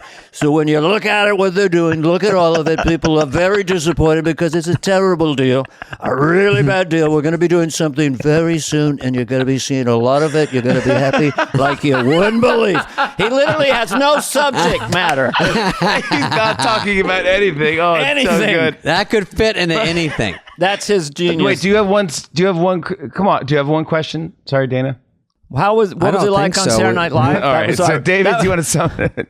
No, I would say, what are you happiest about when people stop you at an airport or on the street and when they mention a specific thing throughout your long Yeah. career? Which is the one that kind of go, oh, you know that one? You like that one, huh? Yeah. You may not have that at the tip of your brain. Oh well, like cowbell is the sketch everyone asks about. you know. Oh, yeah. That one, which by the way, Let's not sleep on Cowbell. One of the best of all time. that was not. I almost didn't make it to air. That was not supposed to make it to air. It was in the. What do you call that? The The space death one, the before Good Nights. Yes, it's in the death one. It was in the death space. With Christopher Walken? Yep. Oh, with wow. Christopher Walken, Will Ferrell, and it aired probably right at the end of the show, like probably 10 to 1. 5-1. Yeah. Yeah, it was 5 to 1. It was a weird sketch, and everyone was on fire, dude. Everyone was being super funny, and it was like my third or fourth show on the show. And I remember, Wow. that's where I got the reputation for laughing and breaking in the scene, because it was just everyone was. Will Ferrell was so funny, and Catan and Horatio, and then Walken was doing like an impression of Walken. He wasn't even doing it Yeah. himself. He was, we got to what I do. He was Yeah. like, it I was got like a hankering for and- more cowbell. Yeah, and it he started. was The room brilliant. started shaking. Yep. Do you know? You Yes. know when SNL is Yeah. like shaking. Yeah. And It's hooked. Yeah. I mean, I was there that night when that were? was. I did a guest spot or something, and I remember it I call it levitated the room, like went to another Yeah. level. What, and now what it's a sketch of t-shirt. yours crushed the hardest that levitated the this- room? I was Head Wound doing. Harry? I was doing. Yeah, Head Wound Harry with the dog is up there. I was there for that. I was doing Church Lady with Joe Montana and Walter Payton. A lot of sexual innuendo. I wasn't my proudest moment, but this old guy came up to me afterwards. I'm in charge of sound. I've been looking at the meters for decades, and I never seen them peak like that. Wow. And I said, "Come and get some." All right. Spade, What how was about your you? killer? What was your crusher? Bye-bye? Too many to mention. Bye-bye. Hollywood Also, And you are. Bye-bye was probably the one that we only did once or twice that had the most lasting effect. And then one of the best moments is when Farley grabs me by the neck and goes, "Lay off me, I'm starving." Oh, yeah, the Gap Girls? Yeah, when he goes, "Lay off me, I'm starving." No, wait. How It did we, starts Monday. wait, how did we all do impressions? And David, you did not do Michael J. Fox. Oh, we do that a lot of shows. Yeah, casually. Sorry, you were No, it's introduced because David. it's sad I only do one. No, it's not. It's people are waiting for it. It's the end of the podcast. Can you just, hey, Sarge? Hey, Sarge? Yeah. And Casualties of War, Michael J. Fox. Hey, listen, you got to give me a minute on this here, Sarge. She's just a farm girl. She did nothing wrong. You should do cameo as Michael J. Fox. Like, those I am. things where you can do. It's $9. Yeah, and you charge $1. Everybody gives you a doll. Say, Sarge. Happy birthday. You guys should do. None of us are on SNL. We'll do celebrity cameos. You should do on your show. Do all impressions, and everyone does their cameo. Yeah. It's funny. We should. Hey, I heard it's your birthday, Sarge. It's your birthday, Sarge. You're gonna have a I good can't time. do it without saying Sarge to someone. I need Sarge. You got to have Sarge in there. Exactly. He's talking to Sean Penn in the scene because Sean Penn attacked a farm girl, and Michael J. Fox doesn't like. kidney removed, Sarge. And I just wanted to wish you The key to getting an Oscar is always look like the sun is in your eyes. Yeah, man. Hey, Sarge. Oh yeah, that is good. You're That's squinting. part of it. Don't Yeah. give away all the tricks. All right, Jimmy. I know you got the show tonight. You We have a heart. appreciate. Yeah, enjoy the show tonight. I love. Thank you so much for inviting me to do the show. We and loved you guys are having you. two of my favorite comedians ever on the planet, and I just love both you guys so much. And congrats on the show. And I hope I didn't bore you guys too much. No way. It You're the was fucking such a stud. blast. I told David last night on our walkie-talkie, I go, Jimmy's just going to be fun, and you were. It was just a blast. It was just a blast. We didn't get to all the questions. Supposed to ask a lot of new questions. Didn't get to them. It's just a part scare man. Hey, go to the Gap. Look at the price of the cable crew neck sweaters. Okay, bye. Bye. Thank you. Bye, boys. Hey, what's up, flies? What's up, fleas? What's up, people that listen? We want to hear from you and your dumb questions. Questions, ask us anything. Anything you want. You can email us at flyonthewall@cadence13.com. Yeah, you read it. Okay. This is from Linda Brandt. Hi, David and Dana. That's nice. Hi, Linda. If you could go back and be on any season of SNL other than your own, which cast would you most want to work with? And what do you think you could add to the mix? Thanks for the podcast. I look forward to it almost every week. Sometimes I'm busy. That's too much information. So anyway, what do you think? Who would you go back to? By the way, forward to?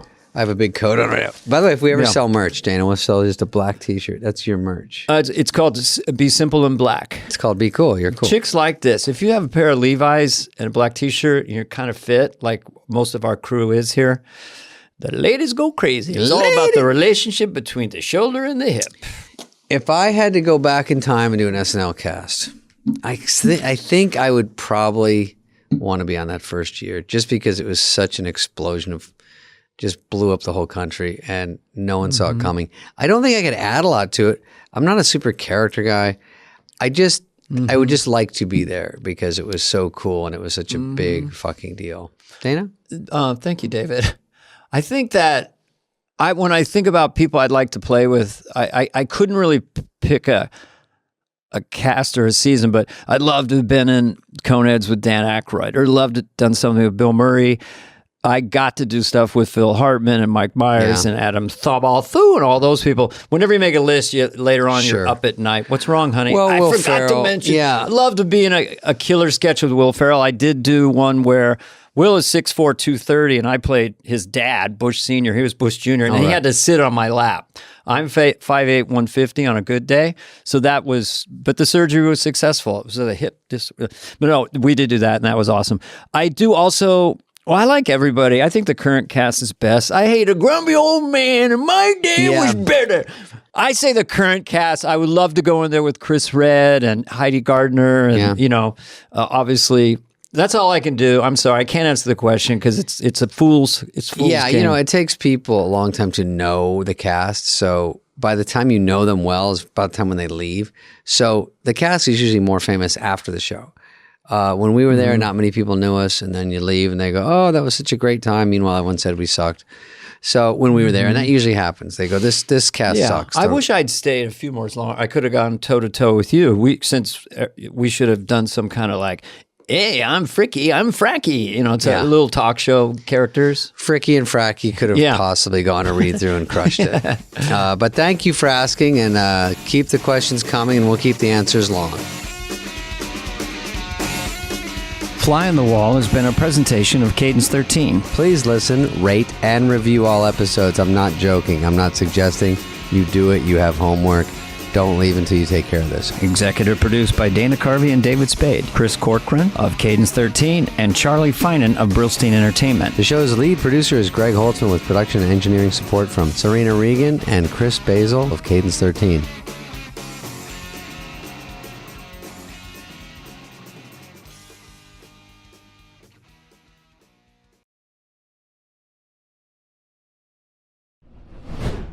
Now we can go to the show. The truth is, Jennifer Lopez, if you've noticed, and I'm not a conspiracy guy, she gets married, then does a wedding about getting married.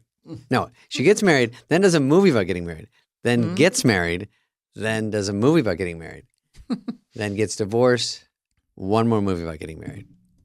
Does that sound like it's possible? I see where you're going with that. There's a lot of machinations. You have a PR person, FYI, it wouldn't be bad if you were seen dating so-and-so. That's true. Clicks and views, David. I know you think it's romance. Emily Ratajkowski we're trying to do good work, but it's all about clicks Eric and views. Andre. Who is? Emily Ratajkowski. She's on a real tear. Emily Ratajkowski. Yeah. Get with the program, Dana. She should shorten that to Emily R. I think Ratajkowski's too. How about Emily the Rat? That seems kind of mean in a way. No. Calling her a rat. I'm just saying. Cute. Ratatouille was cute. I turned down the voice of Ratatouille. No, you did not. Yes. We just stumbled into it. I went and visited Pixar. They wanted me to do the lead rat. And I said, it was during Bush Jr.'s administration. It's during the bubonic plague. A French rat. I thought, this is going to go down. I don't want to be the guy who took down Pixar. Next thing you know, wow, 700 million. 700 M later. I don't make good choices. No. All right, we're going to talk about Jimmy Kimmel. First of all, how was your Christmas? Oh, yeah, that's nice. Horrible. No, Did it you was get sad eyes. When someone says, don't give me anything. And then that morning you see the sad eyes. I hate that. Mean that because you didn't give me anything? Yeah. No, I don't need anything. And then you see the sad eyes. A lot of people cheat. They say no presents, and then one person does it. You said, don't give me anything. And I just said, okay. Yeah. We're fine. My mom does a thing.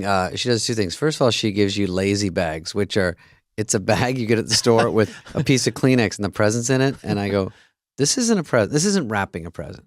So it's a bunch of lazy bags. All you have to do is move it a quarter I didn't know inch. they had a name like Lazy Susan. Lazy bags. Yeah, I coined it, lazy bags. That's cool. And she goes, oh, it's only lazy bags this year, but it's fine. I'm 88. So she gave me that. It was great. And then, my mom was always like, oh Davey, because when I go home, she goes, ding dong. And I just stare and she goes, get the door. And I go, oh, what? Okay. And she goes, I go, who is it? She goes, who is it? I go, I don't know, Mom. It's your house. I don't know. Go check. And then it's like the neighbor girl who's 9. She made me a cake.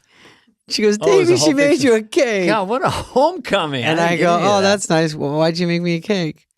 Because you're famous. I go, oh, okay. And then I go, oh, give her a hug. Don't be like that. Invite her in. Talk to her. Say hi. Do some jokes from grown-ups. It's so hilarious. You're on, totally on. You can't just relax. I at your own can't. home. And she goes, oh, go ride bikes with her and her friends. When did you get like this? I go, Mom, I don't understand You're what I'm gonna doing. go get on a bike without a helmet? Don't pull your showbiz routine on us. Anyway, I don't know what my showbiz routine. But Jimmy Kimmel, you had a good Christmas. I'm just going to assume. It was fine. And I will tell you, Dana, I heard a lot about this Farley episode. I heard a lot of feedback. Maybe the most feedback we've heard on anything. I think so. What does that say? All positive, by the way. The most interesting thing was we were sent a email that gets sent in for the questions, the Q&A stuff. And we had a lot of response about people saying, it made me quit. It made me quit drugs. That was very emotional. I got some of those links. Yeah. It was very nice that was an offshoot of this, which was not really the intention, but it's nice that it hit people home. Because it was, as we sort of sold it, it was 90% fun and laughs, and then now and then you just got caught off guard. And it's a very real situation, so we got emotional. People got emotional. Yeah, we tried to treat it with respect and dignity and not make it. So apparently people really liked it. So that was cool. It's very interesting. And, I'm going on my tour. My tour starts back up. Never-ending tour. And I'm going to Wisconsin. I'm going to Madison, where Farley's from. I'm going to Milwaukee. I'm going to Appleton. All the places I had heard about, and I don't think I've ever performed there. So looking forward to that and the others. Are you playing Green Bay? I don't think so. Because I'm trying to rally Aaron Rodgers out, by the way. How is Green Bay? I've been there to one game. Mike Myers and I, back in the day, were touring together, and we played, I think it was Green Bay. Schwing. And they said, they said, I say it like 60 Minutes, not in serious. Schwing. We saw in Wayne's World too. I did that bit where Garth was just hanging out and he was having a conversation. So anyway, I didn't know what to say to my dad, and a girl walked by, swing. Anyway, so that was like the only time Wayne and I got in a fight. Swing, swing, swing. He would hit him like, Boneritis. But they told Mike and I they love it when you say cheeseheads. So we're up there as Wayne and Garth, and we started going, "You're a bunch of cheeseheads," and we started chanting it, and they started getting really, really mad and booing. Oh, they tricked you? Yeah, we had to cut the show short, jump in a car. Don't look back, Garth. Luckily, you weren't playing so Ratatouille. don't say, "Hey, you cheeseheads," even if they tell you to as a joke. Jimmy Kimmel is going to do that sounded like a hard cut. Jimmy Kimmel is going to interview us today. He's a friend of the show. You've done his show a lot. I've done his show a lot. Guest hosted. He's a great dude. You've guest hosted too. And Jimmy, we thought of this weird idea where we get all these questions. So why doesn't someone interview us? It might slow us down from talking over our guests in the future. I don't think it will. I've practiced, during the holiday break, I practiced talking over. Like my wife would say something, I'd just jump in. She goes, "What are you doing?" I go, "I'm just practicing talking over." I know. I took a cutoff class on the Learning Annex, and I practiced it at Thanksgiving dinner. I just stop everyone in their tracks and go, "So, a story about me."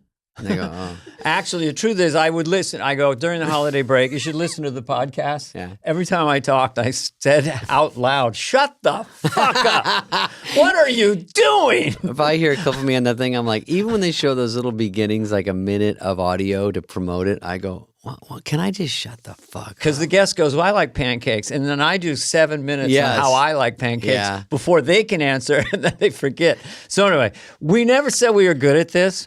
We're going into season 2 with Jimmy Kimmel, but people ask, well, how did we get on an SNL? What's our story? So Jimmy really asks the tough stuff. He digs deep. He mines a lot of gold, some silver and some sand.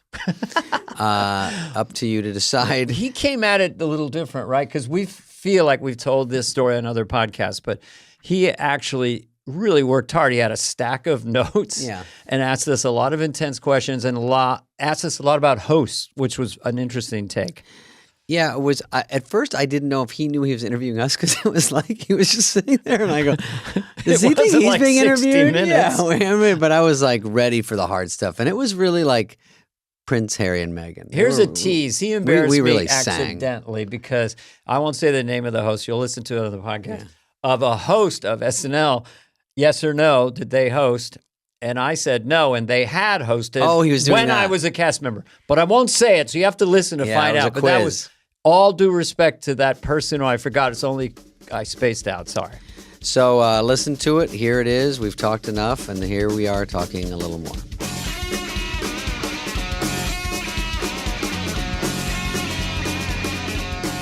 How do we start? What's our theme? Our guest today is You want me to start it? James Edward Kimmel. We've already started. We've been on for 4 minutes. Oh, we have? Okay. Yeah. Well, I think we should establish that, first of all, I've never been on Saturday Night Live. Mm-hmm. I've only been to see the show in person one time, and that was in May of last year. Okay. Other times I've been there, but I get stuck in the office with a bunch up of there. agents and stuff Just like watching on that. TV up there. Yeah. And nobody's watching the show. Yeah. Everybody's just talking to each other, and it's depressing. But I did get to go to see the show in May. So, of course, I'm a guest that people are probably super interested in hearing from. Did you ever harbor desires? To be on Saturday Night Yeah, Live? you could be update guy or whatever. Gosh, I didn't, I never set my sights that high. It never, Well, that's ever would have occurred to me. Yeah. I was just a morning radio disc jockey, hoping to continue being a morning radio disc jockey. And what was your handle? Sorry. I was known as Jimmy. They called me. Jimmy, and did you have an animal as a sidekick? Jimmy and the Bull or Jimmy and the Tomcat here at the... I was on in L.A. I worked in a lot of markets. I started in Vegas when I was in high school. Mm-hmm. Then I went to Phoenix. I worked at a radio station there, a couple of them. Then I got a job in Seattle, worked at a classic rock station, got fired there, went to a station I went back to live with my parents for a while, then went to a station in Tampa, Florida. Mm-hmm. I worked in Palm Springs, Tucson, Arizona, finally L.A. at K-Rock with Kevin and Bean. And I was the sports guy there. I was Jimmy the sports guy. Sports guy. It seems like a lot of people in radio get fired. Well, They especially jump me. around, Yeah. Well, what a seem like memory. maybe the most. Maybe the most. Yeah, I got fired a lot of times. And the worst thing about being fired in radio is you then have to move from the city. You don't just get another job at another radio station. You're pretty much done. Yeah. I got fired a lot too. We'll get into that. You did? Everything failed and everything sucked. But these were probably childhood jobs that you got fired from, Paper right? out? No, this is like television shows and stuff. Oh, Yeah. okay. Well, That's I'm hard. not, you know what? I appreciate you guys being interested in me, but I'm here today to interview you guys because you guys interview all these people about Saturday Night Live. And you, as far as I understand, you guys were on Saturday Night Live. Now, I've not done a ton of research, but you were what, the Jesus Woman? Jesus Woman The was Jesus her Woman? original name. Yes. Right. And Yes. David, did you know Chris Farley? Like when Jimmy goes, I was at one show last year. You guys weren't on it. I don't get what's going on. What happened? This is a fraud. She said, "Well, I'm sure that sure is special," was her catchphrase. Oh, yeah, I remember that. now. Rhythmically, not quite good. But anyway, yes, everyone wants to know, how do we get on the show? How do Yeah. you get on the show? How do you get on And the how show? do you get on it now? That's what people ask me when they're leaving like a restaurant. Quickly, how do you get on Saturday Night Live? And I go, oh, do you have an hour 10? Because people want those quickly. How do you get into acting? You get those. But too. for 25 years after being off the show, I'd still get, even today. Are you still on that Saturday Night Live show? Do you really get that? Well, at least for 10 years after you Yeah, leave, sure. right? Yeah. wow. People don't keep track. Yeah, people do. You think the world revolves around you, and yet it. You Yeah, and realize, I told my mom, it's pretty obvious that I'm off the show. Good night. Anyway. you Come on, guy. We have a crowd. We fucking. You wouldn't It's think a so. lot of pressure when you've got a crowd. With I know no you- audience, there's no pressure. I know you guys have told these stories before, Sure. but I think it seems right to start with how did you get on the show? Like, we'll start with David. How Pretty did you get on the basic. show? I was born in Michigan. We're gonna go way back. What I was told. Well, that had to happen before I you think got on it the show. takes so many steps to get seen by in front of someone like Lorne or his talent people. It was stand up around here at the Improv forever, Arizona first, then stand up around here, and then we got to. I think the big thing was I got on an HBO Young Comedian special, and when you do that, that's something that's national, and then someone in the talent department saw it, and Rob Schneider was on it also. So I was in the vortex of, hey, there's about 10, 20 people we should maybe look at this year. So we were brought out for an audition. Rob and I did it together and did a stand-up comedy club in New York. When you say you did it together, you did individual performances, Yes. or you were working as a team? Yeah, and Rob and I weren't a team, but we the same management, and we we're buddies, and we knew Sandler, we knew Judd Apatow, we knew a lot of guys we were doing stand-up with who eventually, you know, like Sandler eventually got on pretty quickly after that. So we went out, auditioned with another comic, and did okay, not great, but they were looking at the wrting, and then they hired us as writer-performers. So you submitted a packet of no, sketches? thank God, Lord Jesus. They were looking at the writing as far your as the stand-up, jokes yeah. that you were doing in Yeah. your stand-up. Oh. And Dennis Miller told me, you don't want to kill too hard, Spudley. It's a fucking red flag. I go, Thanks, I didn't yeah, even- they want to mold you a little bit. You come in at an 11, you know, they kind of back off from that like it's a hot plate. at Yeah, a he goes- Boy Scout jamboree, all right? They don't want you to be a polished road hack. I So- love doing Dennis because my IQ goes up and my vocabulary expands. Jeez, oh, fly on the wall, huh? Okay, that's a catchy moniker for something. And Dana- Everyone loves those insects. And no offense, David, but Dana, it seems like it's like your talents. It's very obvious why you got the job. I mean, because David's just a funny guy. backdoored it, yeah. You know, he's not doing characters. Not a you're lot right. of- You're right. It wasn't as easy as you would think. Based on my own personality or insecurity. I mean, it's a longer story, but basically the brass tacks was I did a kind of cattle call audition at the Punchline in San Francisco. Al Franken was at that one. And years later, like 8 years later, he said, yeah, I kind of blew it. I should have taken you, you know. But I was just passed over there. Then, I don't know the exact dates, but a few years before I got the show, then there was a giant 25-comic jamboree at the Comedy Store. Cattle call, no MC, 5 minutes. Boom, boy. boom. In that original room, which is like a that death early one, room. yeah. Like just Who six- else was there? Do you 190. remember? well, degrees. I remember who I followed at midnight. A very young, very energetic man by the name of Sam Kennison. So Sam goes on, I mean, he literally levitates the room. It's shaking. It's just scorched earth. That's Pete Kennison, probably as good as it's ever been. Yeah. And Sam was hoping to get on Saturday Night Live? Maybe he hosted the first season, but then there's like, and they never got my name right. Now, Dana Falankadaba, you know. So I go up there the worst and I nights. die. I die a death. You know, well, isn't that special? I'm trying to do characters.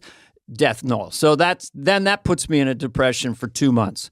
In those days, you So didn't. you don't get it, even though you were good. You just didn't. I just bombed. I didn't. You couldn't follow Kennison in 5 minutes trying to establish a rapport, and I felt very, very nervous, which isn't a good thing. So then, freakily, in '86, they were casting again because '85 had a rough year, and my management team. managers Knew here. Lorne Michaels and so forth and so on. And so it came around to me and I go, okay, I'm not going to do it at the Improv or the Comedy Store. I'm going to do it at Igby's on the West Side. It's gone now, but it was a 100-seat, Yeah, I remember this. tight, packed crowd. I'd played there a lot. I kind of had a following. So, okay, Lorne wants to see you. So I called Rosie O'Donnell is headlining that week. I'd never met her. But the owner said, do you want to, Dana's going to bring Lorne Michaels. Can you fit him in? So I went there. My wife and I are driving there. And I'm as nervous as a human being can be. I didn't have the confidence I got later. Just thinking, oh man, this is it. You know, I auditioned a lot. I've been in LA a lot. And we went to get some gas. Our car was out and there was no gas in the gas station. We just both remembered that for years. We don't have gas here. What do you mean? We no gas, you know. So it's just one of those things you remember when you're scared out of your mind. So I go there. I meet Rosie O'Donnell and she seems like her maturity and confidence like she's 50 years old. She was completely, fully formed. Just, hey, what do you want to do? So we kind of drew straws or talked about it. I'll go on first. But this time I get 40 minutes with a real audience, not an industry audience. And so I'm waiting off to the side, just like, well, let's see what happens. And I see, I don't know what order they came in. I think it was Brandon Tartikoff. I think Lorne Head of second. NBC. The head of the network, Lorne Michaels. And I'm like, fuck. And then it's Cher. What? It's Cher. She got a vote? Because I didn't have enough pressure on me. Tiebreaker. But they walked like from behind a curtain. Here he is, the head of the network, Brandon Tartikoff. And the guy who discovers all comedians, Lorne Michaels. And of course, ladies and gentlemen, Half-breed. Cher. Yeah. Do you believe in her? You know, so she's singing and dancing. So anyway, I go up. At that point, I had turned down a pilot spinoff from Punky Brewster 2 years before called Fenster Hall.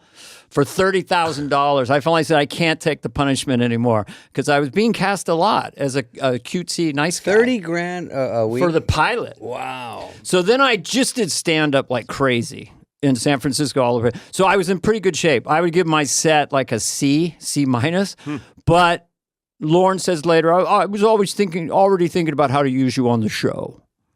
So You'd have to believe that if Brandon comes to the audition, and these executives don't want to go to anything ever, and Lorne comes, and then they say to Cher, "Hey, why don't you join us?" Well, that they you probably were in pretty good shape going into that. they gave me confidence. Brillstein, Gray, Mark Gervitz, Bernie Brillstein came to see me a month before this. Now, Bernie, if people are listening now, was kind of like a big, lovable teddy bear Santa Claus. Yeah. In those days, he was probably 50, but he seemed like the old timer of all time.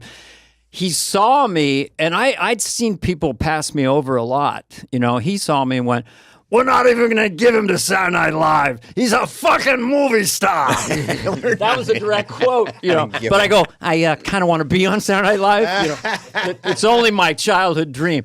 So I had to let go of this management before who didn't want me to do the church lady.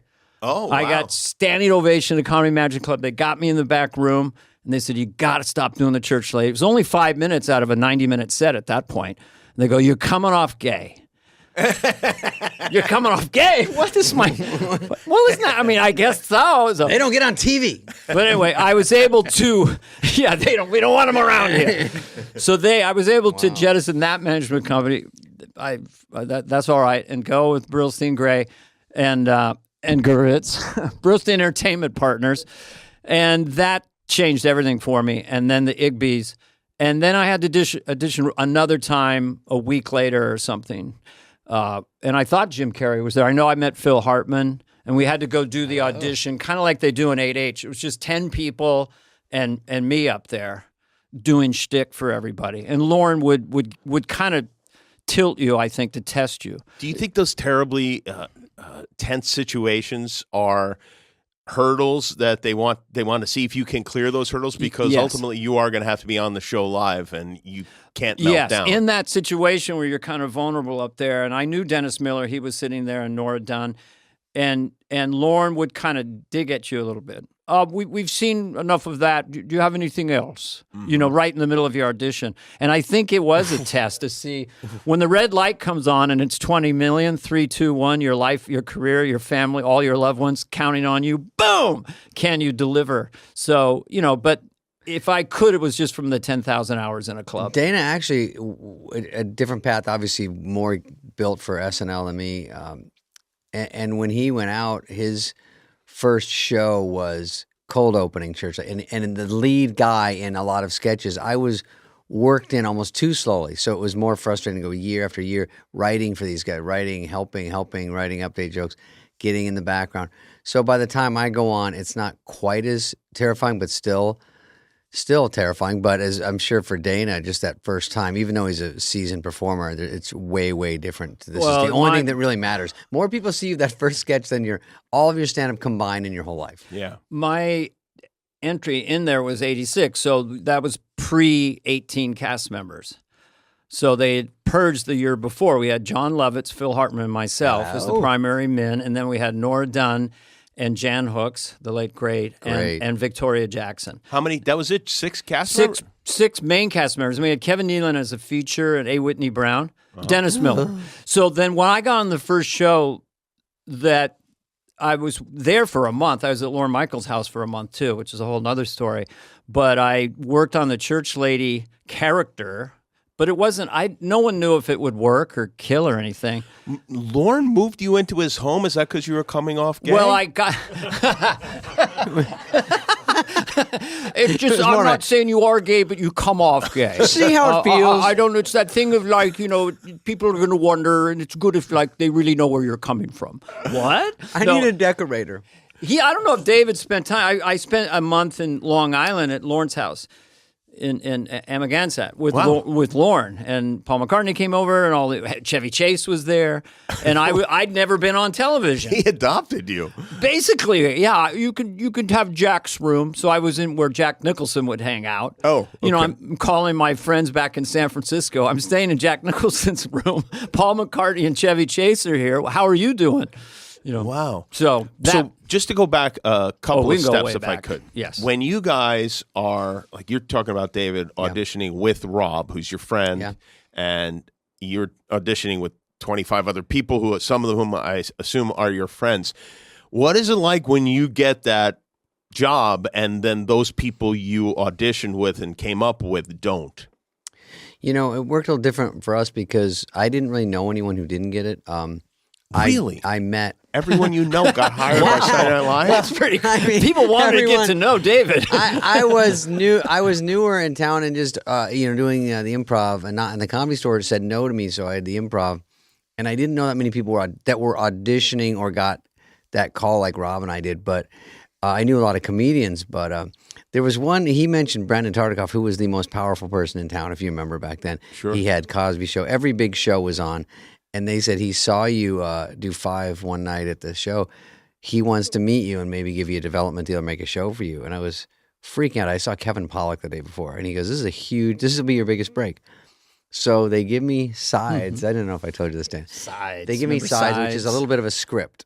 I don't even know what sides are. And so I had to go to a coach and just say, hey, coach me to read this shitty script. It's just like one scene. They just have to see, like, I'm in the vicinity of knowing what I'm doing, and they're going to give me some money to try to make a show for me. So this motherfucking head of casting was there. So it was every big shot of NBC. I'm waiting, shaking in the in the waiting room of NBC, and we used to call Brandon call him tartar sauce. So I go, is tartar sauce here? I can't wait all day. So I'm waiting, and then they go, his name was Dennis something. He comes up. And he goes, oh, they're going to see you. It'll just be a second. There's one more person there having a meeting with him. By the way, we're not doing that scene anymore. We're doing this one. And he hands me a script. It could have been in Chinese. I didn't know what the fuck's going on. I go, what do you mean? I read this one? And I didn't have any coaching. So I was so new. I just walked in and read it to them. And then they go, thank you. And that was it. Nothing. I got nothing. No development deal, bad feedback. And I had to go in and do 2 years of classes and Rob was in it with me. And because I go, I don't know enough. And I thought I was Eddie Murphy, just like, oh, I'm just funny. What do you need really to know? And I knew, and I had to do so much just to start getting auditions again. Fucking Dennis.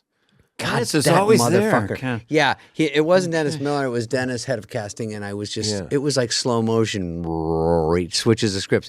I look at this one. I probably turned it upside down at first. He's like, no, it's this way. And I'm Isn't like, it funny looking back now? Now you'd go God. like, no, I'm doing the other one. yeah, That would like, be the end of it. No, I know this one. But Yeah. no confidence at all. Just like, do what you're told. I should have taken the 2 years of acting lessons. I once read for Paul Newman and Joanne Woodward Holy for shit. Tonto and Son, and they would pair us off. And The I gay was, kid?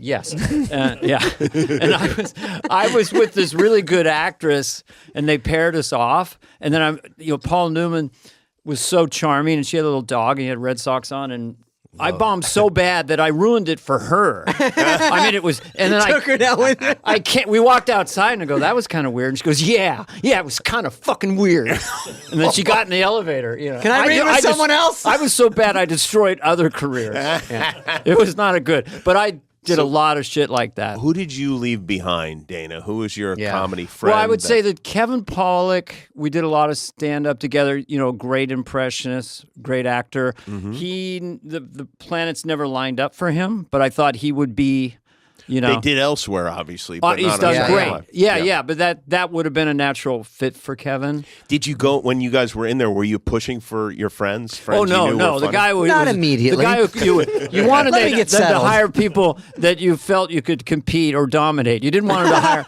anyone that good. You didn't want Jim Carrey in there. Yeah, I don't know. What's the deal with Jim Carrey? Is that true, or is there some truth to that Well, statement? you or have no control over that, first of all. I know that it came down to, I think, for the final spot, Lorne, as I remembered, said, well, maybe somebody tall like Chevy.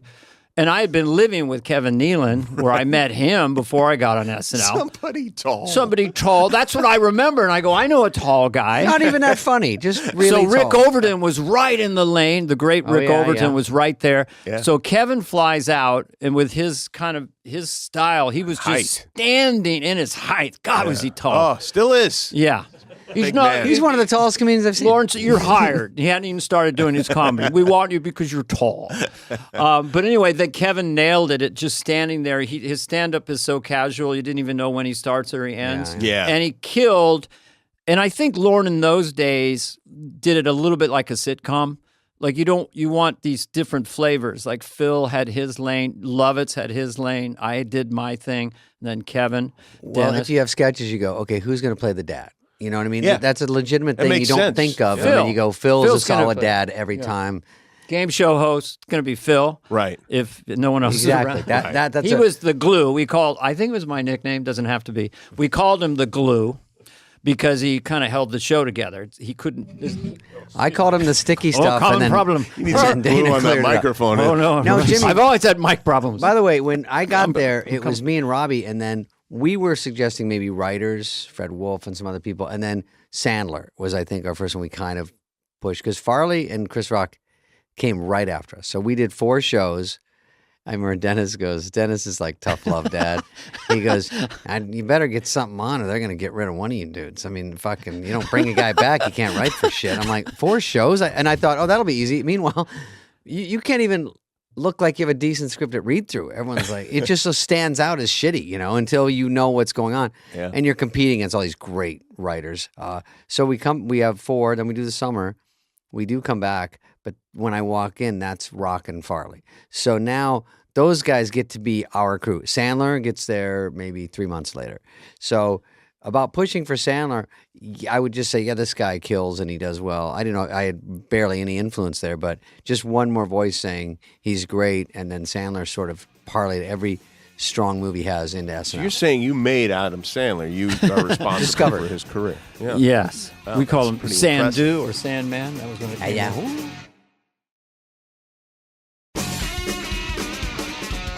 What was it like? I still think it's crazy that Adam Sandler was released from that show. I mean, is it fair to say he was fired from the show? I didn't even know that, honestly, till like a year ago, because When he Farley hosted, and he talked Sandler about were it. so big on the show. Yeah, did you hear this? Because I heard he was fired, but sometimes I think things just peter out. Like, had he done Billy Madison? Was he kind of on his he way? had done big movies, and so had Farley. It was time. I should have just gone, but they were going to something, and I wasn't. So I said, I'm going to stay another year. But then that felt like I was. But you were invited to stay another Yeah. year, and it seems so crazy, especially that I was, and they weren't. Yeah. No, not that, but that Adam Sandler was unquestionably Well, he was. I one of think the he was most too big a popular- star, and maybe He got fired for being too big a star. I don't know if he got fired. I can't. We should I ask don't really Mark. know. There was- He says he got. Do you want to get fired. on Yeah. the mic for a second, manager? Did he get fired, or have you heard, Mark? I believe he was fired. And believe Farley so, too. But it seems insane. But I'll tell you, Adam was a man with a plan from day one. I mean, he would, even before he started to score on the show, he started doing stuff with Robert Smigel, and he goes, "Yeah, he's a great writer, Carvey. I'm going to put him in all my movies." And I was like, "What? You just got here." Adam had, for whatever reason, he had Frank Sinatra confidence, and I asked him once, "Where did it come from?" He said, my dad we'd go to the Little League game. Adam was a pretty good player, but his dad would go, "Look at that kid. That's a ball player. That's a ball player." And then his mom, when Sinatra would come on, she'd say, "You're better. You're better than Sinatra." So he had both sides. If you can try to create someone with that drive and talent. But Yeah. It's funny. A lot of comics, they do it to prove their parents wrong, but it sounds like Adam had the entirely opposite You're situation. not a good baseball player. You're a human god. I don't know. Maybe for people out there with a baby, You just need think one this. cheerleader, hopefully. My mom was a huge cheerleader, and my dad was gone. Anyway, Dana, But you don't have any daddy issues. My dad, 5. unfortunately, stayed, and there was a monster in the neighborhood, and it was Dad. My dad, when I told him I got a radio job in Seattle, which was a big market, and this is all I wanted. I was in college at the time, not really going to class at all. And I said, I got a job in Seattle. My father said, I'll pay you $200 a week to stay here at home. Oh wow! because he didn't think radio was Or classy. he missed you. I don't know. They just didn't want me leaving the house. Luckily, I said, no, I think I'm going to move and How be old an were you? adult. I'll take I was my in 100. college. Oh, college, and there, your dad was, don't go. I'll pay you to they hang didn't out with want me. to leave. Oh, we can watch TV, Jimmy. I'd still doubled be your there, salary. making $800 a month. But you came from a loving, secure family, yes, all things very considered. much so. Yes, very much That so. explains a lot. Yeah. Well, you seem like I don't know a what to well-centered, happy person. We're wounded little clowns. Oh, I'll tell you so what. beat up. I had 5 years of therapy. I need 5 more. Dude, I mean, I'm a I am powder fucked keg. up. It sounds like, He's though, a human. you found a real father figure in Lauren, who I still can't believe he moved you into his house. I mean, Shit on my lap. he must have taken an extreme liking to you. He would sit on my lap. I would sit in his lap, and we'd be the puppet. Can you imagine moving someone you just auditioned and hired into your so home? weird. I don't Come like out. you guys here right now. You know, he. I guess he did take a liking to me when I first met with him alone in a room. He goes, but there's someone here, and he goes off on things, you know, someone you want to have dinner with, you know, when it comes to the cast. There's someone who came in, I thought they're like really, really talented, but there was something about their shoes. And then I looked down at my shoes, and I guess they passed the test. But he did literally Keds. said I couldn't have them because of those, you know, high top kids on a grown man don't work. Has he, to your knowledge, allowed anyone else on the cast to live in his home? People have gone there for. Gone there is one thing. Well, I moved A in. month. I moved in there for a month, but Whitney would come and go. I don't know if he stayed there. Chevy Chase, Whitney Brown. Do you remember him? Yeah, A. Whitney Brown. yeah. Really funny because the night that Paul came there and nervously played a song for us, it was Chevy, Lauren, me, and Whitney, and then Paul and Linda. When you say Paul, you mean McCartney, not Schaefer. No.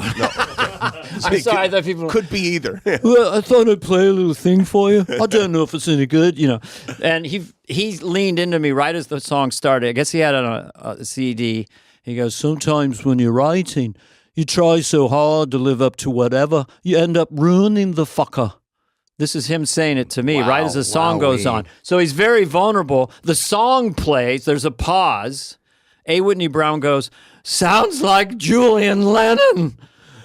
What sounds like Julian Lennon. And Lauren said Paul would still mention that years later. This is the fellow who thinks I sound like Julian Lennon. God damn. Is he going to be around, you know, because I This like is to be on why the other side of the table. Celebrities don't hang out with regular Oh, we're people. all wounded. He couldn't have said anything. Sounds fucking say like that? Julian Lennon. That's crazy. So Getting his anyway, head. that happened. I went to dinner there once. So, you know, I don't know if you remember this, Jimbo. When for Howard, I did the Beth's cat Oh, yes, you charity. did I the did benefit for the stand-up North out Shore there. Animal League. So, yeah. so Howard and Beth came, and Lauren and some people were there.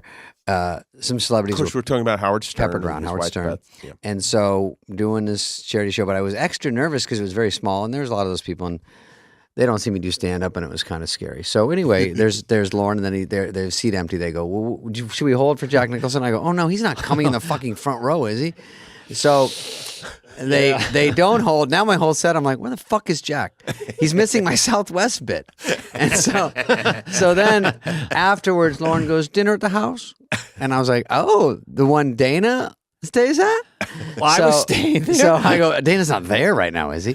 So It was this called is this Dana's like room 2 years later ago. So I go over and we have dinner, and then there's an empty seat again, and then Jack does come in and sit down. How was it? I missed it. Yes, it was 2 hours ago. Yeah. Past the meatballs.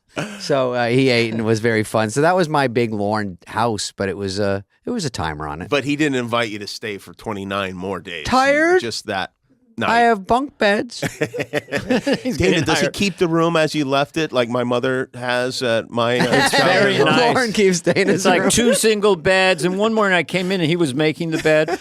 I want the pillow to sit right. Dana's You've gotta soccer tuck the trophy. sheets. I go, Lauren, you don't have to do this, or I feel like I'm your dad. You're only 10 years older than me. Well, it can happen in different countries, third world. There can be a 10-year-old father. Did you? Who was better at pitching sketches to Lauren? Out of us? Yeah.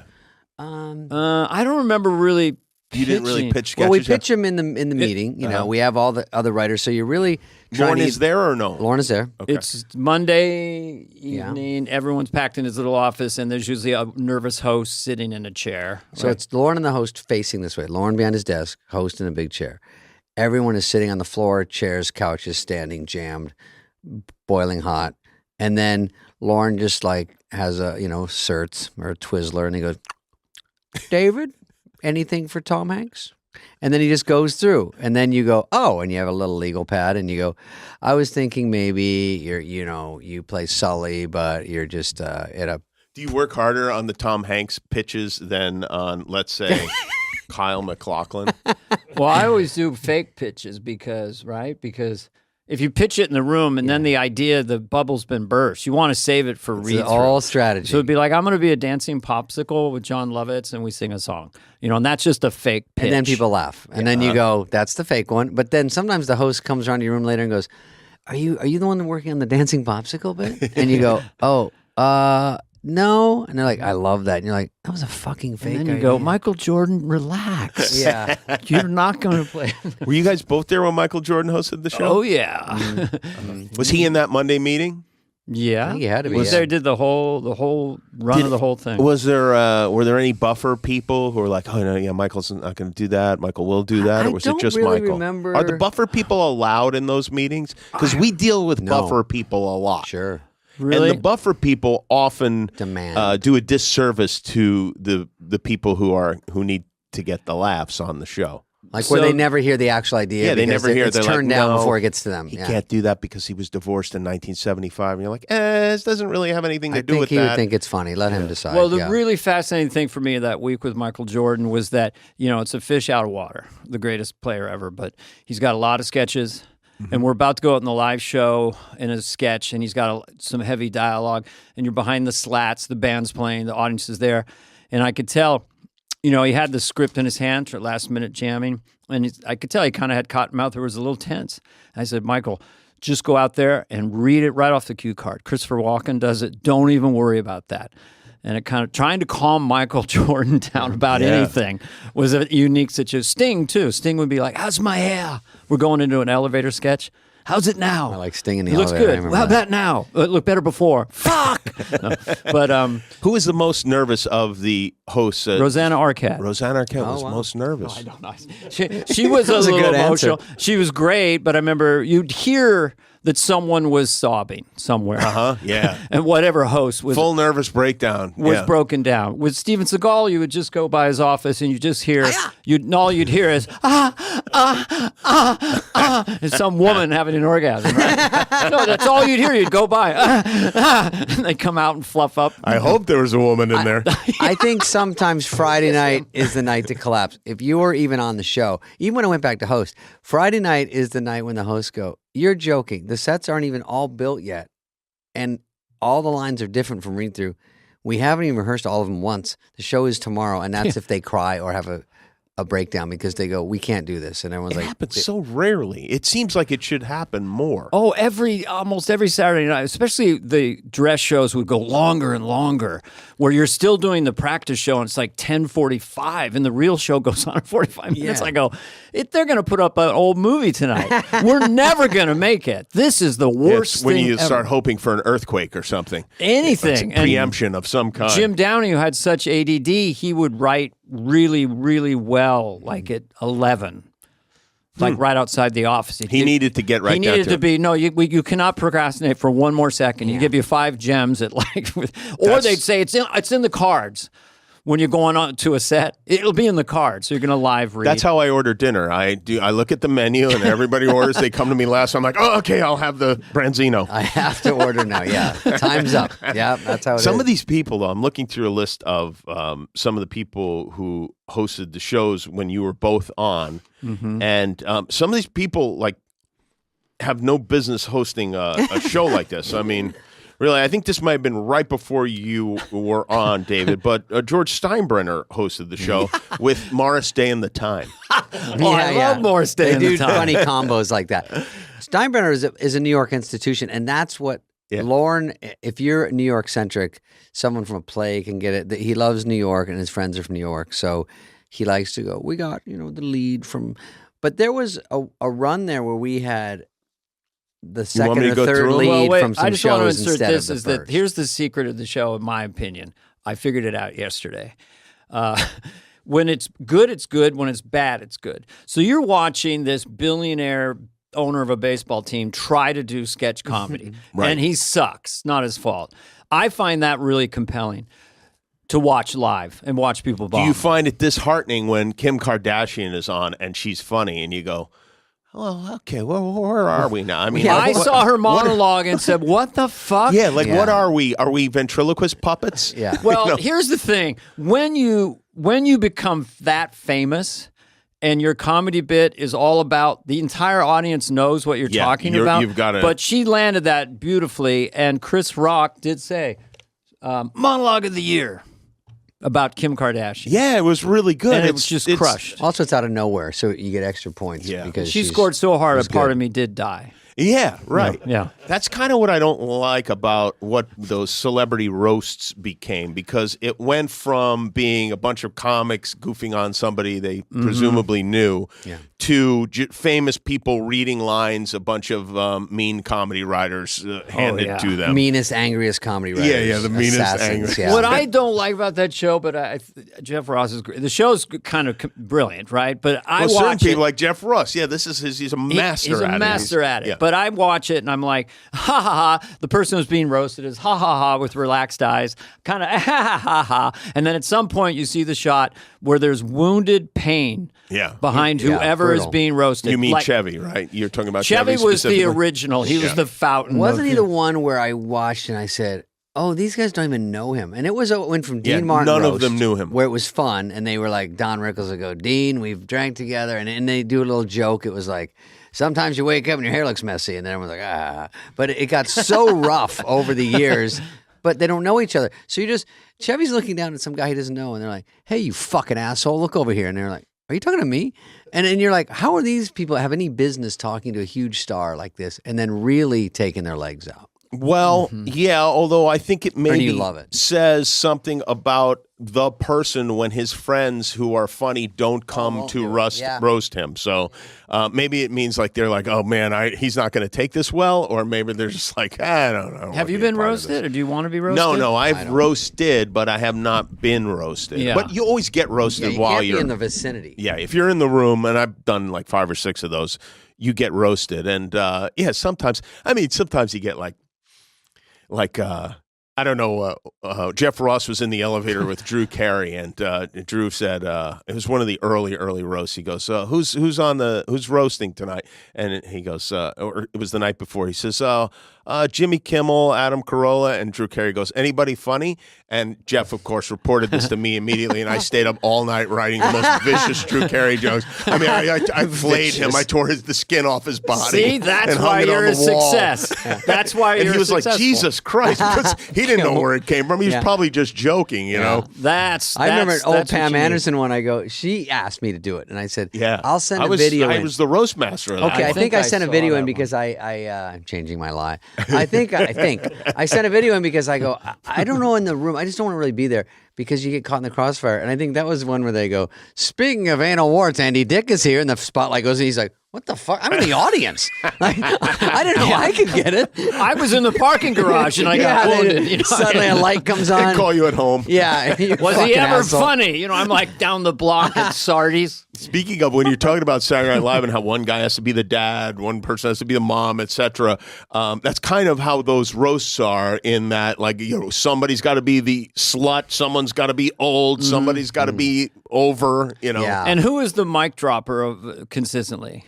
I mean, Norm Ross. MacDonald got famous for going against it with his corny Yeah, jokes, which yeah. was hysterical. But Ross is the ultimate, right? Yeah, sure. He's He's the roast master. Martha Stewart got some good ones in on that one roast. Yeah, but that's annoying, right? I mean, she doesn't remember any of those jokes. They just She go, thought they were recipes. you say this, and then she it will kill. scores. Yeah, the context of it. Some of these people, Jimmy Smits and World Party were on. Was I there for that? Spade's I first was. episode. That must have made quite an impression on you. Was it? I remember. He was skilled. He was good. I don't remember tons about that one. Most shows is really depressing because you go to read through. My first read through I did Life Alert, I wrote it for Jan Hooks. I didn't know you should probably put the host in. I just thought you can write for the cast, the host. You learn later if the host isn't, it's got a better chance. So, because the host is partially picking. So I write it for Jan Hooks, who is like a host because she's so great. And it was like an old lady that was sad because Life Alert, she was lonely, so she keep calling Life Alert. I've fallen, I can't get up. Then they come over and then she goes, I've put my hand in the toaster and it's on dark. Hurry. And so they, anyway, then she just wanted to hang out with them. So it was fourth in read through, which is another thing. Early in read through out of 44 sketches is good. You have attention for about 10. Yeah. And then people doze off until like the last one they wake up. So fourth is good. It gets a lot. I'm a new writer. It doesn't get on. It gets close. And then after that, I kind of really whiffed. I had to have Conan, Odekirk, Smile. I keep asking him, how do I write this? How many are too many sets to write? This script is 48 pages long. They're like, no. It's got to be tighter. So I'm just freeballing it. I don't know one thing. Who helped you the most with editing those those scripts? guys, Rob and I would sometimes write together. And then we were both, don't know shit. So we're freshmen. And then I would say Downey, you wanted his attention the most. Smigel, Odenkirk, and Jack Handy wrote so brilliantly, but it was so different out of my vortex. Lane. He'd take a bath on Sunday and be all done. And and I can't go to. He would. These are the Turners are there who are great. Everywhere you turn is a great writer / competition because X amount of sketches get on. I can't be. If I get one in, it's a fucking miracle. And then you got Mike Myers writing and Dana. Kevin Neal and Dennis, everyone around you, Sandler, Farley. So, Rock, how can you be as good or better? And that took a long, long time. So some of those early shows, the point was, long story longer. If I wasn't in after read through, you're sort of done. I'm a writer mostly. So I'm just walking the halls while people are very busy around me. That's crushing. I love the athletes and the old movie stars the most. Really? Robert Mitchum and I were in a Jack Handy sketch. It was right before the show ends. And neither of us had any idea what the sketch was about. We were beekeepers in Indonesia or something. That was really cool. With Wayne Gretzky. That's a very different to say. I could see totally you loving the old movie stars, but then it's weird that you loved also the guys who are real amateurs. Well, Gretzky was so charming, so Canadian charm. And so we're sitting in a sketch where we're playing movie stars. We're rehearsing, and we're Hollywood people advising Gretzky how to play hockey better. And I was Travolta. You ever think like everybody, the whole team just runs at the net. Somebody goes right at the net. You were Barbarino is what you were. That was my substitute, yeah. And I did it once on stage in Denver. I'm going like that. And then he was there and came and tapped me on the shoulder. I call it an impression tap. Was he wearing the pilot outfit? Yeah, he had the whole look on. It's his hub. But Gretzky and I had a sketch that that we were going to be water skiing with our shirts off at the end. And so I was just teasing. He's a great athlete. I just go, because I was training at that point for a movie called Opportunity Knocks because I had to have my shirt off. So I was pretty fit, but I was just kidding him like, well, our shirt's going to come off. We'll see what you got, kind of thing. Right. So then I thought he'd be just built as a professional athlete. So he'd take his shirt off and he's just emaciated on top. I look like Schwarzenegger compared to him. He's just all legs as the greatest hockey player. There's nothing on top. So that was a little thing that happened. Yes, athletes' bodies have changed. So never taunt an athlete to take their shirt off because you might be more fit than them. Yeah, no, wouldn't that be the worst? I don't see that happening to me. Being more fit than an athlete or even Robert Mitchum for that matter. How would you handle watching yourselves on the show? Did you watch yourselves on the show? And if so, when did you do it? Did you set the VCR on Saturday night and then go home and watch it on Sunday? Couldn't watch it. Never wanted to watch it. David? I'd watch Dana. No, but Dana, you could learn from these guys for sure. I sort of had to figure out my own lane of what I did. And I would watch. So you would watch yourself and say it again? You would watch yourself. Watching myself was tough because you could get a VCR. I still can't even listen to my own stand-up. I can't watch the specials. You just do it and you walk away and you say, I hope I'll just go by feedback. If people like it, it works or it didn't. I feel this one worked. I feel this one was soft. And then you'll just go from there and try to get better. But with I don't even know what I'm saying. Go I- Well, if you I think that's needed to interesting. watch your blocking or you had something you're curious about, but I just wanted to feel good out there, and I didn't want to go, oh, I thought it was better than that. But our friend John Lovitz, I guess he wouldn't mind saying that he did enjoy on Monday. He'd get a VHS tape. He's on the 17th floor down the hall, and he would watch all of his sketches and just laugh so loud. You'd hear John down there. That's acting. That's great. I want to see it again. And he had an assistant rewind it more. I want to see my entrance. John will hear this. Get Hi, to John. know but, me. But you could say that was good homework for John. I mean, he was obviously one of our all-time greats. Great, yeah. Yeah. So he loved to watch himself. The best thing is when you get Farley comes off stage and you go, oh, fuck that crowd. And he goes, what the fuck, dude? I killed. I go, oh, that's not your fault. And he goes, well, what are you talking about? My most humiliating one, which I never watched, was me and Matthew Broderick, we were all in diapers. Like we were like babies with bonnets. This is on the show? On the show. A Okay. sketch with big diapers, bare-chested with bonnets and suckers. And I don't even remember what the sketch was. I like it But we already. just ate it. I mean, dead silence. And then the commercial break, we're still in the diapers. And the thing, we have to walk through the crowd. And I kind of waved at the crowd. And they looked away. They looked down. That stinker. They want to be waving me. Yeah, hey, what's up? I'm in the diaper and the bonnet. There are certain things in comedy bits that it's funny because they're based on other comedy bits, and I think the bonnet is one of them. It's based on like cartoons from like Yeah. the 40s or something. bonnet. Like, I've Little never Huey seen or an something. actual baby in a bonnet. No. But we think, like, okay, yeah, you're a baby, you're going to be in a bonnet, and Yeah. It doesn't protect you from the sun. It doesn't do anything. It's like a hairband. I don't know. But we were in bonnets and diapers.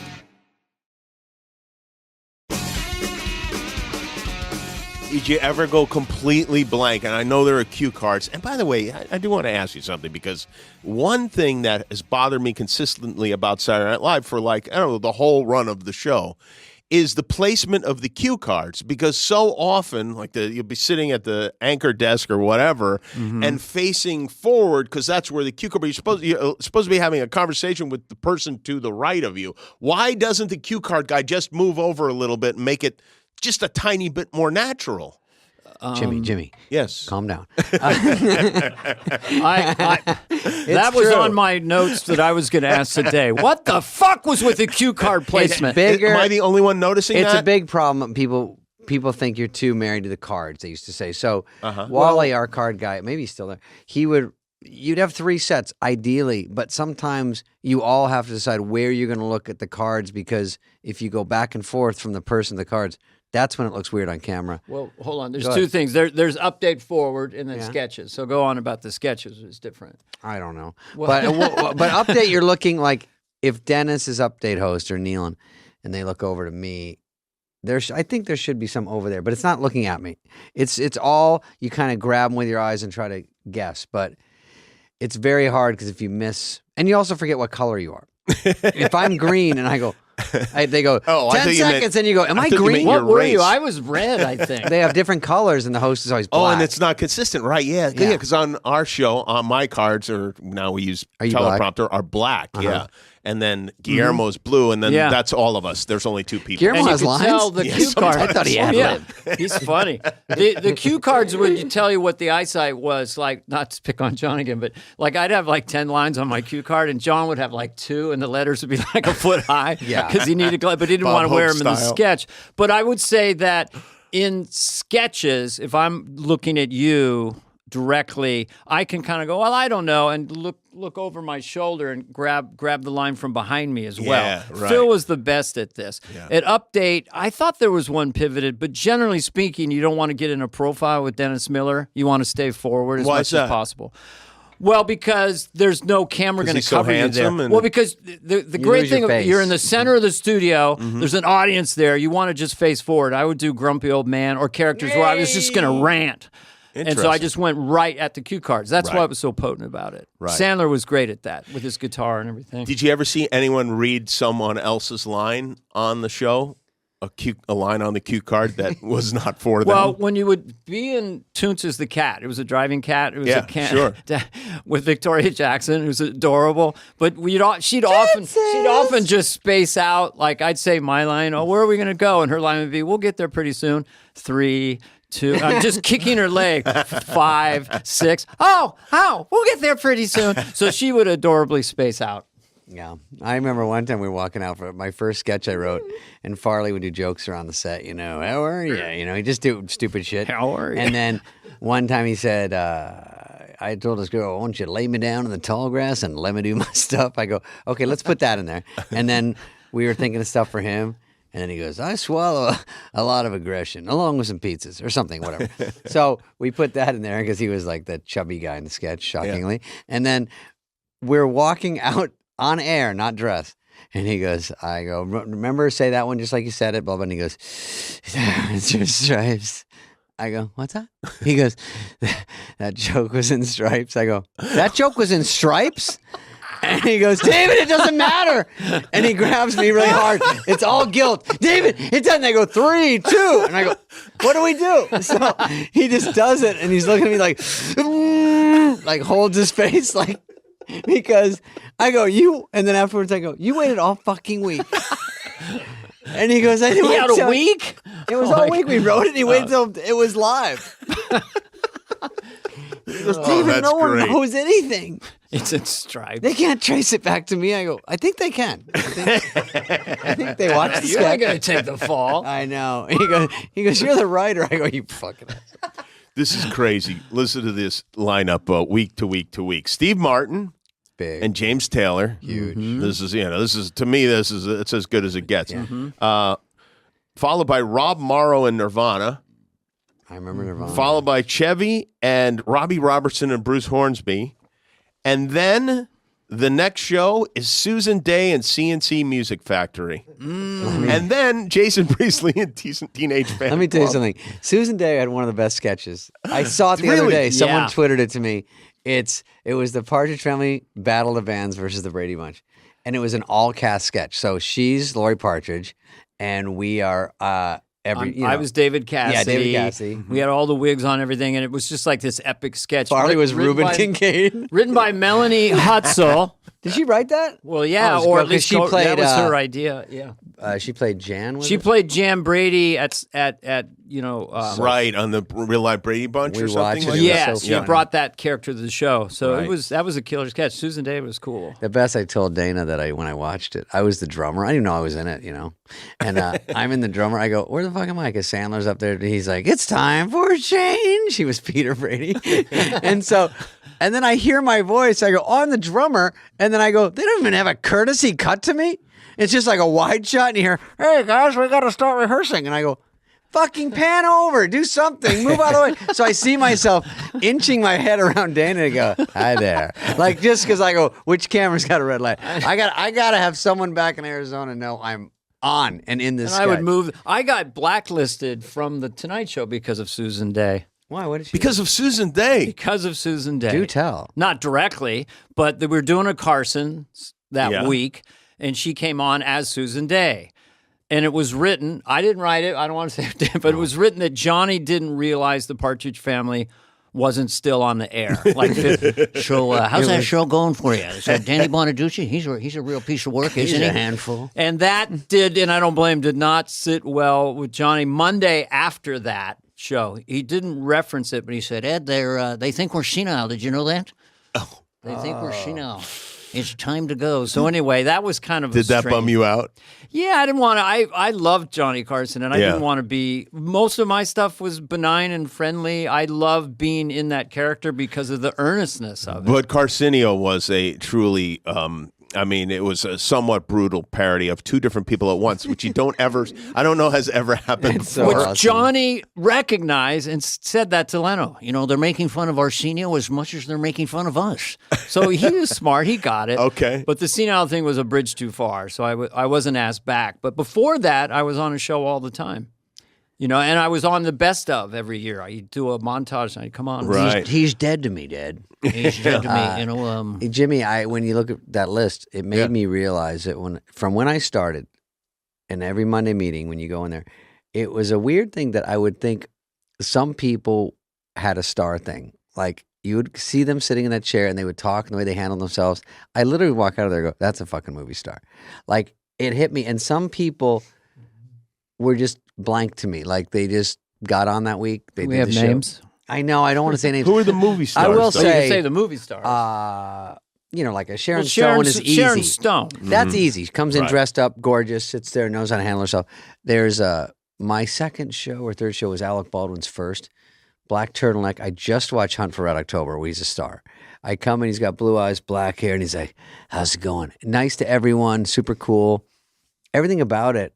He was into the comedy. He would go pitch ideas with people. I just go, this guy's a fucking He's a movie stud. star. He had the hazel blue eyes, Yeah. like weird blue eyes, and just super built, like, you know. And now and then someone would come by and they're the fourth lead on Melrose Place. And you go, all right. But, they were Heather okay. And they Locklear? did fine. They did their best. No, I think Laura Leighton. I don't want to make fun of Laura Leighton, but we weren't getting the biggest stars for a year there. I remember there was a year where we started sagging where, that show. Oh, that person? No, Grey's Anatomy. They play the janitor. The janitor's friend. That guy's hosting. And so you go, oh, so it's not quite who you think it would be from that show. Right. And then we picked it back up again. But there's people that you see that you go, I get it. There are some people that are. That's one of. I think this would be a great game. Did they host SNL or not? Now, obviously, you guys have an advantage, but I don't know. Let's see. okay, here's one, and well, you should know because you were there. Lightning round. Yeah. Here Did we go. Sinbad ever host Saturday Night Live?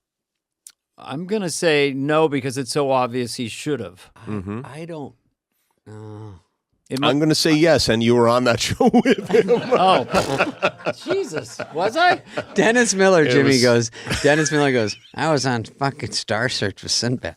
We go to the final round, and I'm doing my best quality high-end material. Sinbad gets up there and goes, you ever have underpants so big and old it's just a rubber band? 4 stars.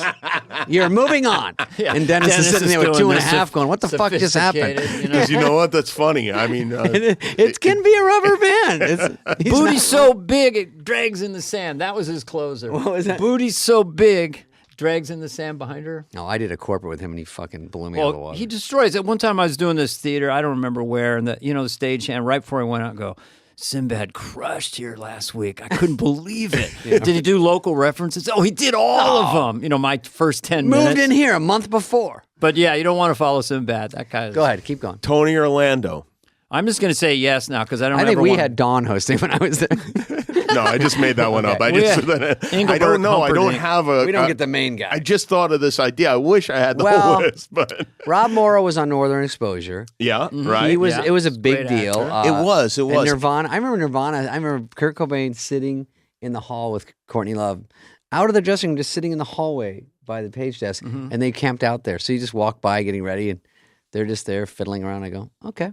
Do you have much interaction with the musical guests? Because at our show, there's much more interaction with the celebrity guests than But the music guests. your music, when I go to the show on your show and I like the music, they're at a stage away usually, right? Yeah, there's a satellite. Separate, There's yeah. two. There are two different. So I don't really stages. see them. But with this, you're allowed to talk to people. They don't. I'm sure they don't love it, but they don't know everyone, so they treat everyone like they're important. They don't know that I'm some bullshit new writer.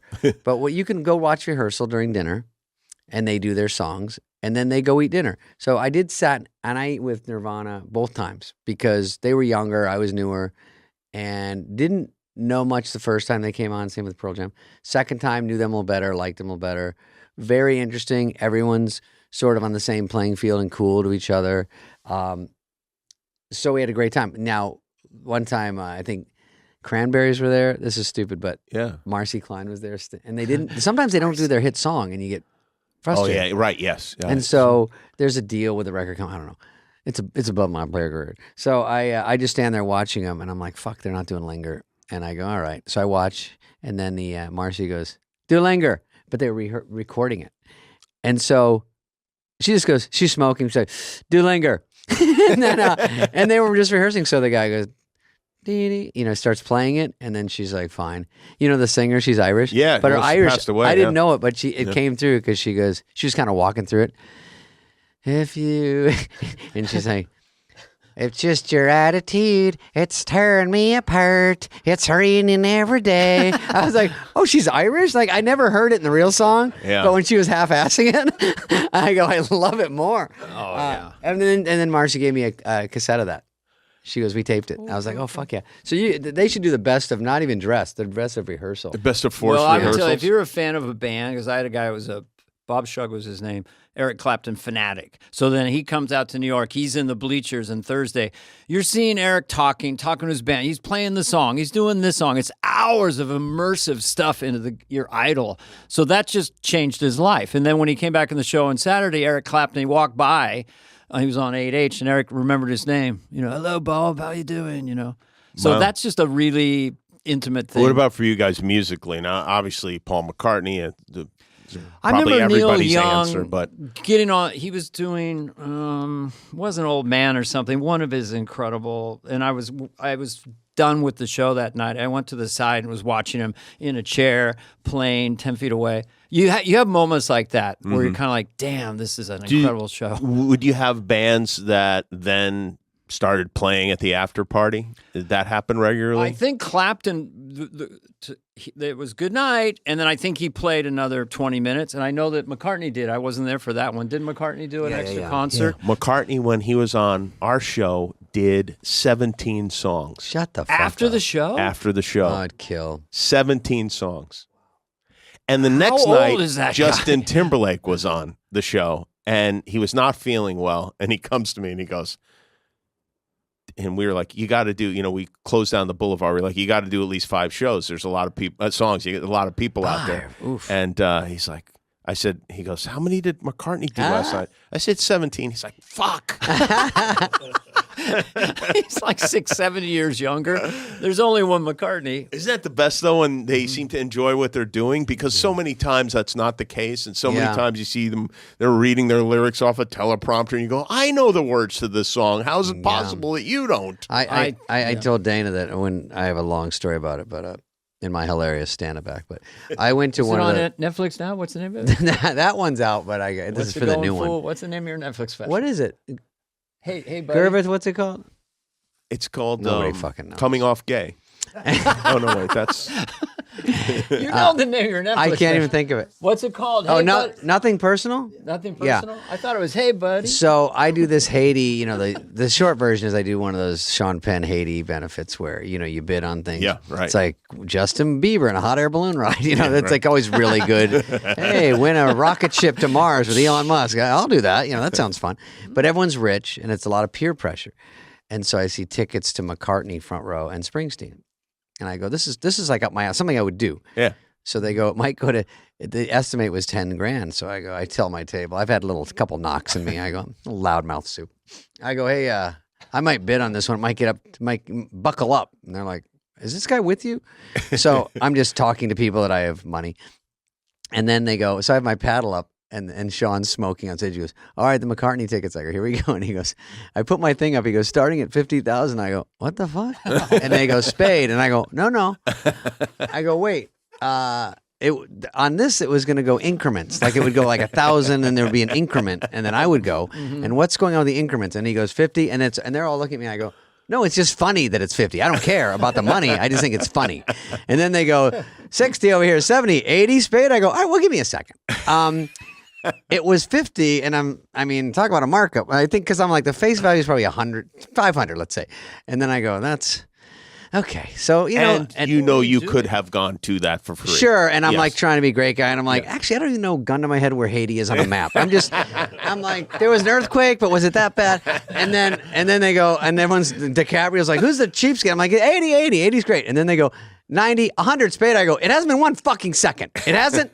It's a pinball. Are you raising your paddle? Yeah, I'm like this. Well, he keeps asking me because I'm spending. But your paddle's up like that? No, it's down. Now You're I'm also stepping on probably it. the- Paddle's down? Yeah. Probably the only person whose name he knows in this auction, so Right. you're really at a I disadvantage. see Charlize glaring. I go, I'm getting it. It's 100. It's 0 to me. 100 is literally 0. So then he goes, the biggest fucking scam in the business is I go, I'm at 100, and then they go 125, and I go to my table. Nobody fucking move. This is going to go away in a second. Someone's going to bid. I'm off the hook. And then he goes, Spade. I go, no. I'm the 100 guy. I won. 125. I go, this is illegal. And then everyone goes, Spade. I go, 125. So I won that, and I fixed Haiti. The good news is won. Haiti is fixed. And Sean Penn is your best friend. Yeah, and then I walked out of there like a bomb went off. I was like, ee. And they get over there and they go, Amex, ching, The biggest scam is when they get you all the way to the top and then they go, okay, we're going to give away they 3 of split these. it. Yeah. Especially when you're the one, doing it. It's like, oh, really? I got to have dinner with 3 different parties? Okay, all right. I'm an asshole if I say went to no. McCartney and you get to go to rehearsal and stuff. And then I didn't really want to get up in his grill. And I didn't even tell him when we interviewed him. Because I felt bad, but I felt like he'd want to pay me back. So and then I met him, and he was super cool that night. So, but I don't know if he even knew. I think he was just being nice, and heard I asked to meet him, and then Did you guys do that thing with Paul McCartney where you didn't talk about the Beatles to be respectful? Well, that's still something I have nightmares about. When we interviewed him on this show, I'd sent an email to him, just sort of to his assistant saying, well, assuming he doesn't want to come on, maybe he doesn't want to talk about the Beatles, you can talk about your friendship with Lorne and when you're on SNL. So I went in with that notion. Yeah. And we were trundling along, and at one point I brought up Get Back. Mm-hmm. And then we were into the Beatles. the documentary. And that's all he wanted to talk about. That's the lit funny up, thing is, yeah. I think people, and I think most people probably, you assume, he's talked about the Beatles to death or whatever, but he has no problem talking about the Beatles because I think he knows you want to hear about the Beatles. It's very unselfish of him to Yeah. to tell you things about. He was talking about John. I mean, you don't want to ask about John. You don't want to ask about things that might make him feel weird. You know that, I'm sure, because with Farley and it's. By the way, 0 people have a problem with it. Well, 0. They go like this. Really? Remember who was that guy that died that you were really good friends with? I always feel a little bit weird about asking about that because I know it's a heavy subject. It's not just funny stories. We're doing a sort of a special on him, and the thing is, I don't want to dine out on Farley. I did movies with him, and I kind of didn't want to separate myself from him, but I just want to not feel like the Beatles. I don't want to feel like I don't want to talk about it all the time. I would suggest this, and maybe this will make you feel a little better. What would make Chris Farley happier than hearing you tell stories about the funny things? And do a have lot to of say his other that's friends, true. too. That's true. I would want people to say funny things, and I wouldn't want anyone to feel awkward about talking about me. And so Chris was obviously a huge part. I mean, one thing I didn't tell Dana is I used to have a phone machine, and in the old days when it was actually the weird part when it went from cassettes to digital for a minute, and then they were kind of just on your phone, but it's a physical machine. And so I realized once everyone's leaving such funny messages that I kept them, and I go, I just will have this for life. Maybe it'll be an album, maybe something one day, but it's Farley. And these guys, when you have a phone machine, they just do, it's like a show. It's like Sandler. It's like beeping here. Hey, Debu. Hey, yeah. Oh, yes. Oh, yes. Oh, yes. Just whatever. And then Farley goes, name's Spade. How's it? Good. I says. He just keeps For like going. 2 minutes. Yeah. And then there's Norm and everyone. So it's like the best of the best. I delete the ones, and I had 33. And then someone that was working on my house goes, hey, I moved your office around. I go, what do you mean? I ran in there. They unplugged it and says 0. And I go, wait, how do we? And there was no way. Oh, no. And it still bugs me to this day. I go, it was the best that you'll never get back. But I think the reason Paul doesn't mind talking about it is because the Beatles songs was like a wave that was cresting, and I think they're even bigger in the last 10 years than they were 30 years ago. Yeah, for sure. Because it was too much incredible music, 200 masterpieces, and then it was just sort of Paul doing his stuff, and they kind of got lost. They were always huge, but now I feel like it's this 10.0, and then he decided at one point to do the songs that were traditionally considered Lennon songs. He opened up with Day in the Life. He's doing Strawberry Fields, so he's at peace with it. But I didn't know that, but we did get into about 30 minutes of the Beatles, which was great. David, you told me a long time ago, you're on the show, that celebrities would get upset with you, and I think everybody knows the stories about Eddie Murphy or whatever, but I never heard that. about jokes that you would make during Weekend Update. Mm-hmm. Hollywood Minute. Yeah, I'm sorry, Hollywood Minute. Did you have any besides that Eddie Murphy? Did you have any uncomfortable run-ins, meetings? Did you start to? Well, it was getting not to be go places. Problem with publicists and people, and then like anyone talk shows, you do jokes about people, and you sort of forget them that day, but you run into someone, and then you get a weird vibe, and you go, oh wait, and you have to rack your brain and go, oh boy. So the only one I remember sort of more vividly was Cameron Crowe at the show, and I'm over by the 8H desk, and then and he goes, hey, David, Cameron Crowe. And, it was back with Fast Times. He did Fast Times, Ridgemont High or whatever. He's done a ton of shit. So I said, "Oh, hey," and I shake his hand, and it was like slow motion. He goes, "You know my wife, or do you know my wife?" And I go to shake her hand, and I go in my head, I go, "He's married to someone famous," from Heart. And it was Nancy Wilson from Heart, and she just stared at me, and she goes, "You were talking shit about me and my sister," and it just stopped, and I go, what are you going to do? You know, you make a Hollywood Minute omelet, you got to break some eggs. And so I didn't know what to do. I go, yeah, sorry. And then I just sort of drifted off. And the worst part is I love Heart. And I made fun of so many people that I liked. It was a desperate move that I was kind of good at the time of doing that move to stay alive on the show. I mean, Lorne...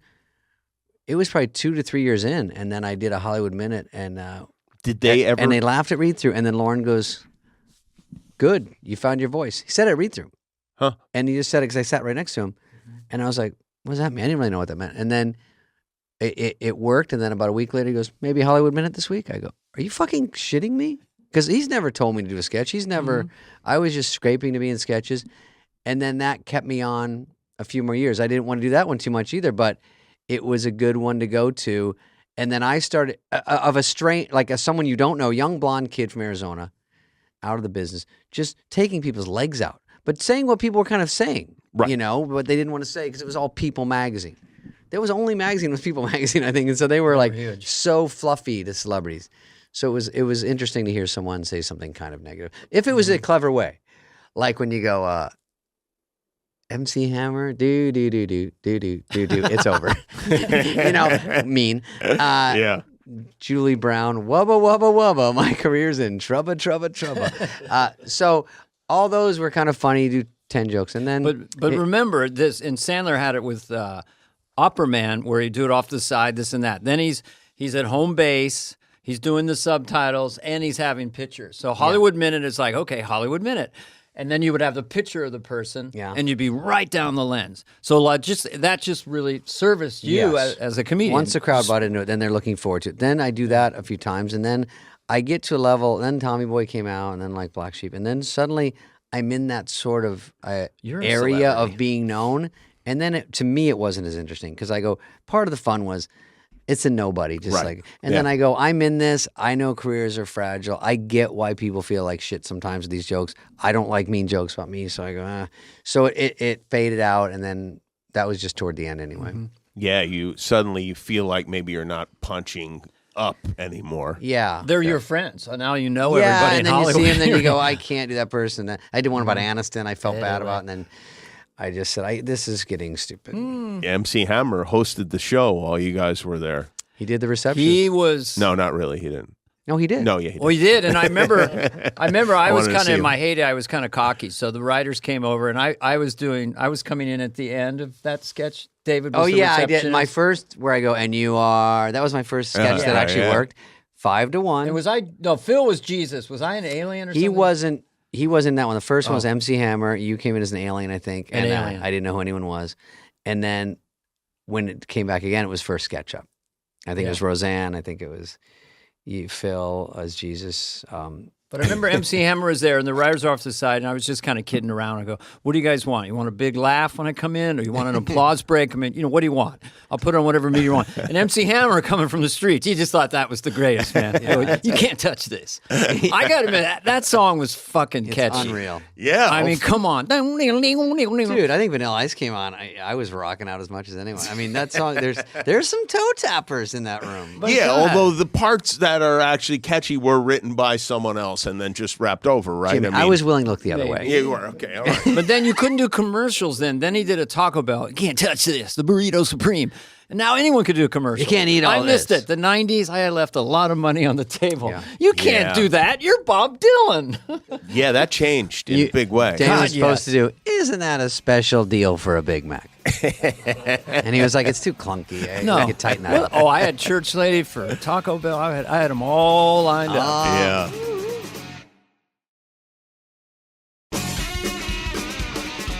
I did a Super Bowl commercial when I was way earlier than I should have on SNL because I had no money, and they offered me a Diet Pepsi commercial.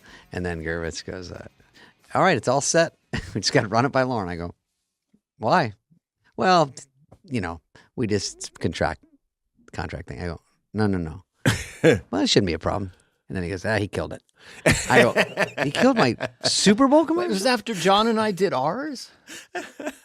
Like, it must have been. Yeah. Did you mention that? Mark, what are you doing? We're going to talk to Mark after this, but Can I tell a Super Bowl commercial Yeah, in 10 yeah. seconds? So John and I we did one, it really crushed, and we're doing the second one. And it's a series of like 2-second shots. We're filming in New Orleans, we're everywhere, and it's a quick thing for American Express, and our catchphrase was, yes, that. So we're in a stadium in Miami, and we got to wear Hawaiian shirts for a 2-second shot in the stands. So I go in, there's 300 Hawaiian shirts. To pick So from. I pick one and come out with a Hawaiian shirt, and I'm sitting there, and John goes, I'll go get my Hawaiian shirt. He goes in there. He's in there for like a half hour. He comes out, goes over to me and goes, can I wear your shirt? I swear to God. I go, John, there's 300 shirts in there. Can I wear your shirt? You got the best one. You got the best shirt. Of course, I wouldn't take it off. no, of I course was not. the best one. Then I did. That's how I teased John. Of course, I got the best one. I know I got it. We both know I got I it. can imagine you were super bummed about not being able to do that sick. commercial. Yeah. I think it was $250,000, and I was making about $1,500 a week on the show. Or Is that right? Is that you're making $1,500 a week? I made I always nine. wonder about that. Like, do you ever get paid a lot to be on Saturday I think Night I Live? started at 4,500 Yeah. and maybe Well, I left was- at 12,500. I was $900 because I was just a writer, and so $900 a week to write, and then I got a $1,500 bump if I was on. I think, and so, but I was fine with that. So did that, and then it got up to, then like the second year was like 3,500 a show, and then the next year 45. So it never got like astronomical. Yeah, well, No. I mean, it sounds, obviously it's not A a lot lot of money, for show yeah. business, but When you're dreaming of riches, and you you're go, living in New York. It's pretty, and Well, LA, yeah, there's nothing like it. One thing I'd like to just insert at this point is that Yes. for people to understand that David Spade and Rob Schneider were in the ether of stand-ups, and Dennis and I both knew them and thought they were kind of the best guys out there. I mean, I did a lot of stand-up with Rob Schneider, and I met David before and would see him at the Improv. So some people go, how did you know David Spade? Why are you doing this podcast? I go, I've known him since he was 20. And he was another one to whisper to Lauren, like in the talent department, like he's good. Like, Do you that remember helps. when you met? Yeah. Well, I was living with Kevin Nealon and Bob Duback in a house. Did in you ever Hollywood. live with anyone who isn't famous? They weren't famous then, man. But my wife and I, to save money to buy a house, she was writing speeches and was working for an assemblyman out in the valley. And the rent was $300. We had a hot plate and we lived above the garage. And the dryer had no heat on it, but they just roll it for like all day long. It would roll to dry. It was just a roller. Yeah. So it had this little carport, and Nealon was across the way. And then I got on, pulled him in, but I met David there at that house, just hanging out. Because I was a stand-up, met Nealon and loved his stand-up, loved Dana, of course. He's loved the best, Dennis Kevin, Miller. right? Yeah. And then Dana wasn't at the club as much as Kevin was kind of grinding away, but Dana was sort of someone I didn't get to see a lot, but I just thought was great. And then Kevin goes, hey, I got SNL. Do you want to rent my room? I'm going to be gone. I said, yeah, I need it. He heard me saying I needed a place. He goes, well, I'm going to rent my room out. So we made this deal, and when he came home, he was very nice. He stayed on the couch. He let me keep the He room. didn't take his room But back. fucking Dana so Carvey tall, lives too. above the garage in my own house. So I'm like, holy shit, I get to see him. Duback's a comedian. There's a writer living there. And then, and Kevin. So when they'd come back, I would get to hear stories, not even thinking that would be somewhere I would end up. I was just like shitting that these two famous guys that I think are greater are somewhere where I get to talk to them. And so that was, I go back to Arizona and be like, I feel like I remember I saw Judd Nelson at a keg party when I was visiting LA, and I felt like I was in show business because you're in the vicinity. So you ran into someone where someone that's been in a movie was, I'm getting warmer. And that's how you think. And so I go, oh, I'm fucking talking to Dana and Kevin, and I'm at the Improv. So I'm getting at least closer to what I hopefully will do. Yeah, Dennis Miller I knew from the clubs, and then he got on SNL. And then we played the Comedy Magic Club, and we're driving back, and then he tells me about the pressure of SNL. Christ's sakes, Fucking Carvey, killing it'll me, eat you Carvey. up, tear you apart, man. I mean, there's no gig like this on earth. Honest to God, I go home crying most nights, you know? You sure you want to do this thing? It's not Don't good. wish too hard. Don't Might wish too. come true. But it was incredibly told to us, this is a pressure cooker like no human being has ever been in. And we got it anyway. Does the pressure, is it ever wane? Do you feel as you get more you comfortable? feel or- steadily sick, like you have mild COVID the whole run. Really? The whole 6 years I did it. You know, Dennis, we'd walk in the room when he's in the writer's room. He did update, you know, but he didn't really want to be in sketches and shit. So he would just sit there and we'd walk in and we're the new guys, so he'd haze us. Uh-huh. Yeah, Chris Rock, angry black guy, is that it? And then He'd go around in Yeah, the room yeah. like a shooting gallery. Tim Yeah. Meadows, black guy, not even angry. You're the nice guy. What's that all about? You got nothing. Farley, fatty, fall down. Anything else? Sano, the cross-eyed guy. What's next on the docket? Spudley, zero. Where Dana? Push him off a building. And Farley would beg him because I was Yeah, with make Dennis fun of me. once. We say, "Hey, Carvey, let's stop by with the junior varsity," you know. And they're all lined up, and Farley's like, "Come on, do it," you know. And then he would do his shooting be gallery, made fun but of. everyone Do is it. laughing their ass off. You're I right. mean, No, you know, I get it. Yeah. Christ's sakes, they're not buying that hand contorted guy, you know. But anyway, What about the last show? Your last shows? I remember it. That was by probably the loosest I was. I think after about 80 shows, I got way more comfortable because I was having so much success and Wayne's World was cooking and everything. My last sketch that I remember, I played Prince Charles, now King Charles, who shrinks himself. Scientists shrink him down to the size of a tampon so that he can live in the trousers. Yeah. Oh, And I didn't know later there was a royal in England watching this crying because it was very cruel but hysterical. He gave a speech to the nation. I should be going to a place that's very dark. I should be shrinking into the size of a tampon that, so I Jack can live in the Handy? trousers of my... Sounds like a Jack Handy or Robert Smigel. I don't know. But that was... you But get what more about confident. okay? So that's your last sketch. But what about like at the party afterwards? Was a toast made to you? Was there special attention given? I just left in the middle of the season. You didn't get a dance or Lauren clinking champagne glasses. There was no official goodbye. Why did you leave in the middle of the season? That was a really stupid decision. Looks It was because I got so hot off the show, like too hot for my own good. Because Wayne's World, all the political stuff, Ross Perot, Church, like everything is cooking. Hans and Franz had a movie deal. So then there was a stupid movie for a lot of money, and I thought, well, I have to leave pretty soon anyway. I'm at a peak here. Where do I go from here? You know, Right. And so that's why. And the movie was starting at such a time, but. It probably wasn't the best choice, but anyway, it happened. But I got too hot off the show. And so I got offered things that I had no business doing. You know, if I had a little less Do heat. you remember something that you decided you had to turn down because you were on the show? I turned down a lot of things. You mean I had to turn because one that kills you. Like, would No, you not really. host the Oscars? I You love probably had a lot of that stuff. doing the show. Really, I was developing Hans and Franz, the Girly Man Dilemma. Hear me now. Wrote that script with Conan and Nealon and Smigel and myself. And then I had Tucson, which I wrote with Bob Odenkirk, which was a really funny Western for me and John Lovitz. So I had those in development. And then they were just trundling along. So then it was taking time. And then you're offered these movies for generational wealth type amounts. And probably not a good idea, but too much heat.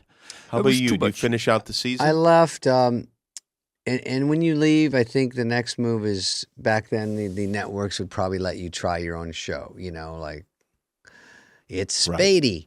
Right. And, but that's a big gamble. And there was Just Shoot Me was a Brillstein production that was How much time almost- elapsed between Just Shoot Me and your? I think it was the following year we did the Oh. pilot. Yeah. You started Okay. in 96? So I was out of there at 96.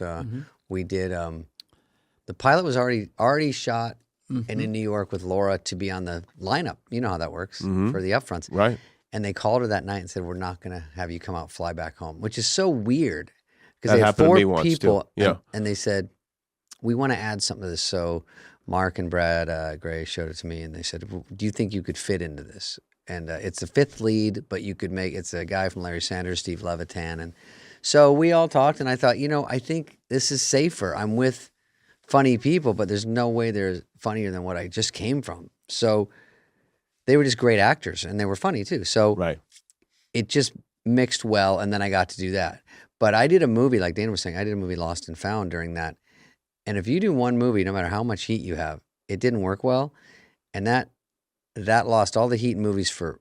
I had to build up over Just Shoot Me, get up for an Emmy, up for a Golden Globe. Was and then, Julie Bowen in that with you? Sophie Marceau. Sophie Marceau. Because Okay, they yeah. assume, even though you're thinking they'll understand because someone is directing it, writing it, Right. producing it. I'm Yeah, just you doing the play it. best I can. I know the train has left the station and we're dying here. But it's like David Spade's Lost and Found, And it didn't work. I mean, Sandler told me right before it came out, he goes, hey, because he knew more about it. And he goes, you got to beef up your marketing because it's not testing, it's not tracking well. It's not going to open big. And I'm like, you already know this? It's a couple days before. And he goes, because he was on Waterboy at that point. It was fucking huge. So he said, try to get your guys to this. Anyway, it was too late. Didn't do well. I couldn't get another movie for 3 years. And Just 3 Shoot Me years. had to do well.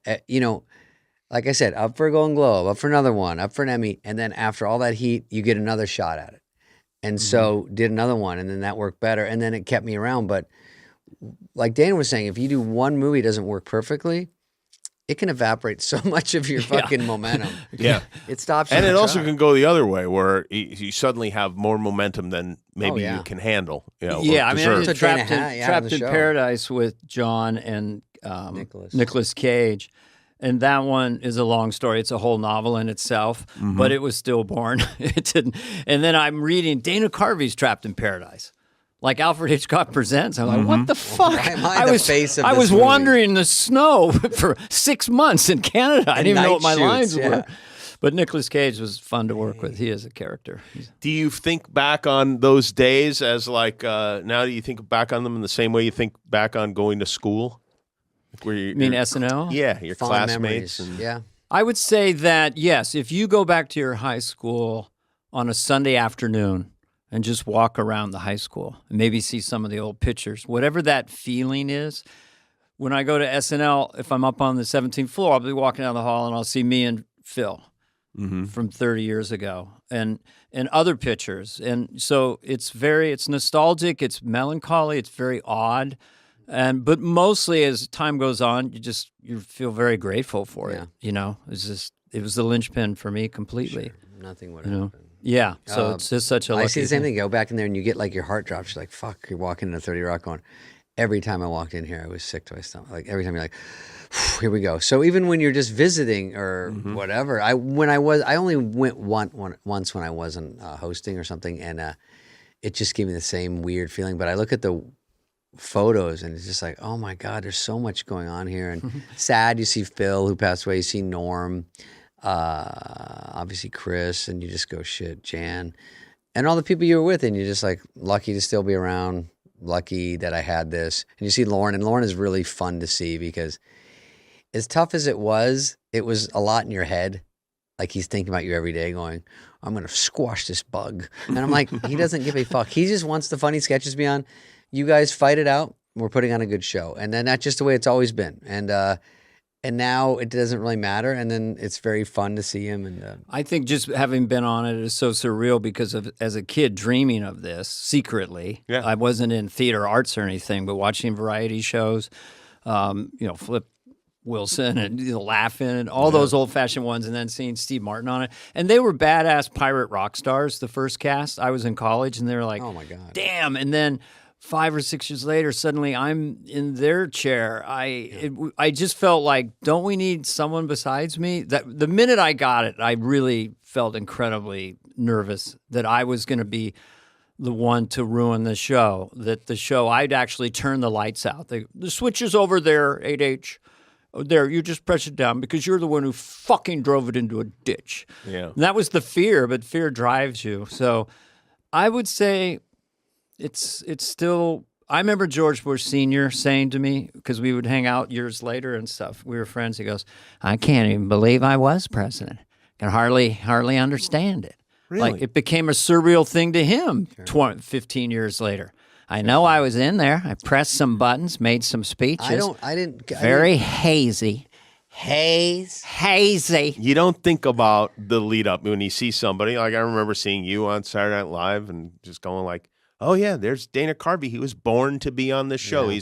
He came out of the womb doing characters, and of course this makes perfect sense. But never do you think of the struggle. And boy, I've never heard anybody say anything like that about a president, because I always assumed like guys who wind up president, with one notable exception, are planning for it when they run for the student council Right. in the 8th grade. You know, they're thinking about it way back then. He was a it's unique over. character. Because once you hit the Senior. president, then it's over. Then he's like, this is my whole life. And then now what do? I've only tried to get to this, to be a president. That's so the thing. afterwards, Yeah.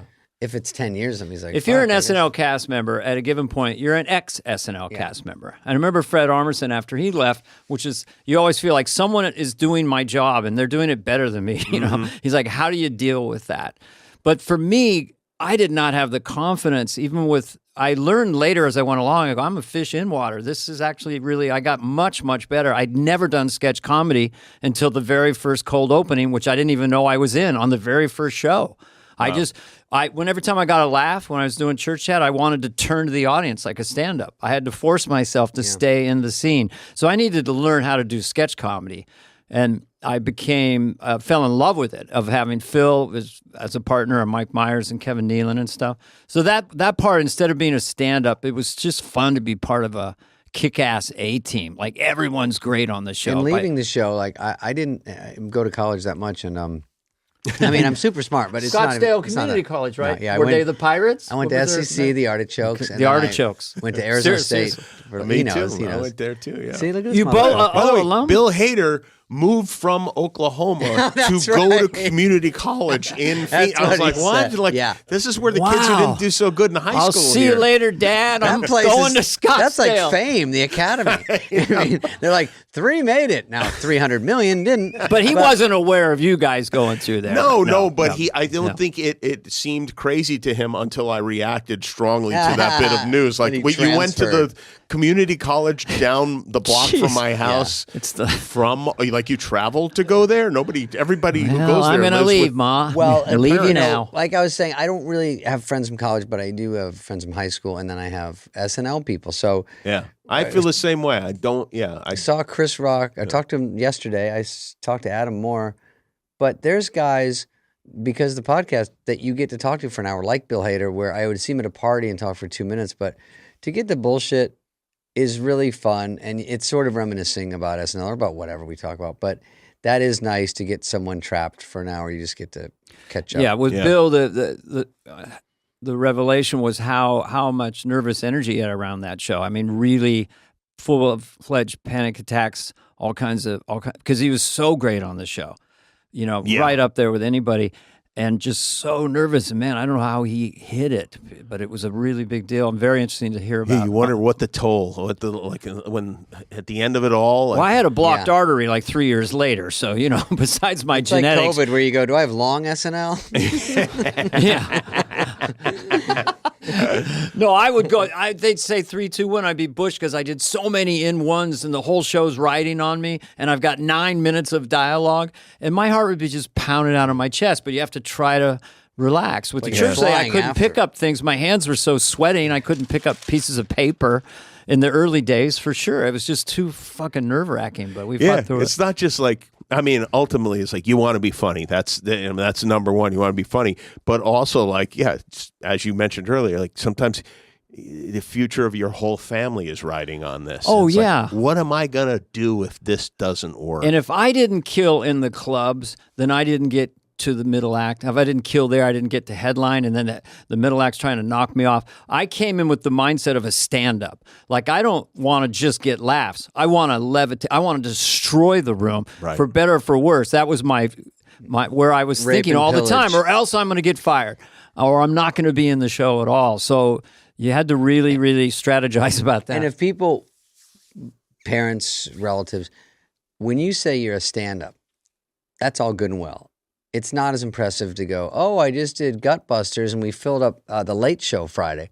Oh, I'm at Side Splitters in Mississippi. And they go, great. And then you go, oh, I'm got on SNL. Then it just perks people up. They're like, It's oh, something wait. they know, and Something works. They can easily explain to their friends. You know, that like, and going on Johnny Carson. I got on once. He's been on a lot. But That's the surrealness That's a of big one. when you go on television, Carson or SNL. Yeah, how it affects everyone you know. And then it's starting to happen and you're starting to get famous and someone's asking for your autograph. All of that is like, you're like in a dream state in a sense, you know, it's like, Yeah. wait a minute, I got on SNL. I'm actually doing well. What? You know, I still haven't wrapped I can't believe I was on SNL. yeah. it's all crazy. Well, that was Crazy stuff. Thank you, Jimmy. I love talking to you guys. That was a lot of fun. Thanks for You will letting get paid for the extra half hour. Okay, well, okay, good. I have no Yeah. sense of time. I don't know I know, how I did just we looked, talk I go, too long. I have no, it was, Do it all day. Appreciate it, Jimmy. we loved that it. was fun. And thank Thank you for doing this. We know you have another job, but thanks for doing it. We also have a studio up in Santa Ynez above Santa Barbara, and we'd like to invite you to drive up there and interview Sure, us yeah. in a couple months. Just all over the country. Well, we'll get a couple of microphones. We'll tape the whole drive. Yeah. So, but anyway, no, thanks for coming. Thanks Thanks for coming having to me. fly I on the wall. appreciate it. Jimmy Kimmel, ladies and gentlemen. Christ's sakes, this guy Gus is everywhere. Hey, what's up, flies? What's up, fleas? What's up, people that listen? We want to hear from you and your dumb questions. Questions, ask us anything. Anything you want. You can email us at flyonthewall@cadence13.com. All right, guys, we got a question here from Dave Castelletta. Guys. Castaneda, I think. Dana, not now. Not here. Not now. We're trying to start the year Look, off. I want to say, if I'm reading better than you, what does it say about your Wait, eyesight? where's my shade? I've got sunglasses on. Dave, did I get that right? Yeah, Dave, there was an L in there. Castaneda. love you both, and I love the podcast. This is a great question. It keeps going. I like this guy's opinion. In your post SNL years, have you ever come up with a sketch idea? Yeah. And if so, Yes. what do you do with them? Garbage. Do you ever share the ideas with current cast members? Just wondering. You two are the best. I like No, when they you don't begin with a share. compliment. you don't share them because then they would score and get laughs. And where would you be? No, I know. I did for a while. I would call them in. I would say, I actually did it recently. Dan Boole is a writer there that I like, and he's the only one I really talk to that's a writer. Okay. But I do like that idea. It was very hard when he left because the pressure was off. So you'd sometimes go, oh, here's a good angle on what's going on in the news, or here's a funny commercial parody. I'm sure it was dog shit. But, sometimes I'd call him in. I don't think it's ever come to fruition. Even when you go to host, I don't know if you did this, Dana, a lot of people come with, a few people come with a writer. Like they get nervous. Yeah. Like if they're a comic or they're from a show, they say, I'm going to bring two of my guys, Jamie Foxx or someone, Yeah, yeah. And it's such a different kind of animal to go write a sketch and fit in with all what they're doing. They're not really against it there. It's so hard to make it work. But a host understandably gets nervous. And they go, these people know my sense of humor. I think I did it when I went there. I think I went in with a sketch idea. It doesn't always make it to the finish line, but they definitely do it. So the question is, after I did it with Bill Hader, and he did that Italian guy, right? That thing. Okay. And then he had Fred Armisen, but I got it. I thought I would go in and be like the 100-year-old patriarch who would just be like, but then I would mime out violent things for the guests.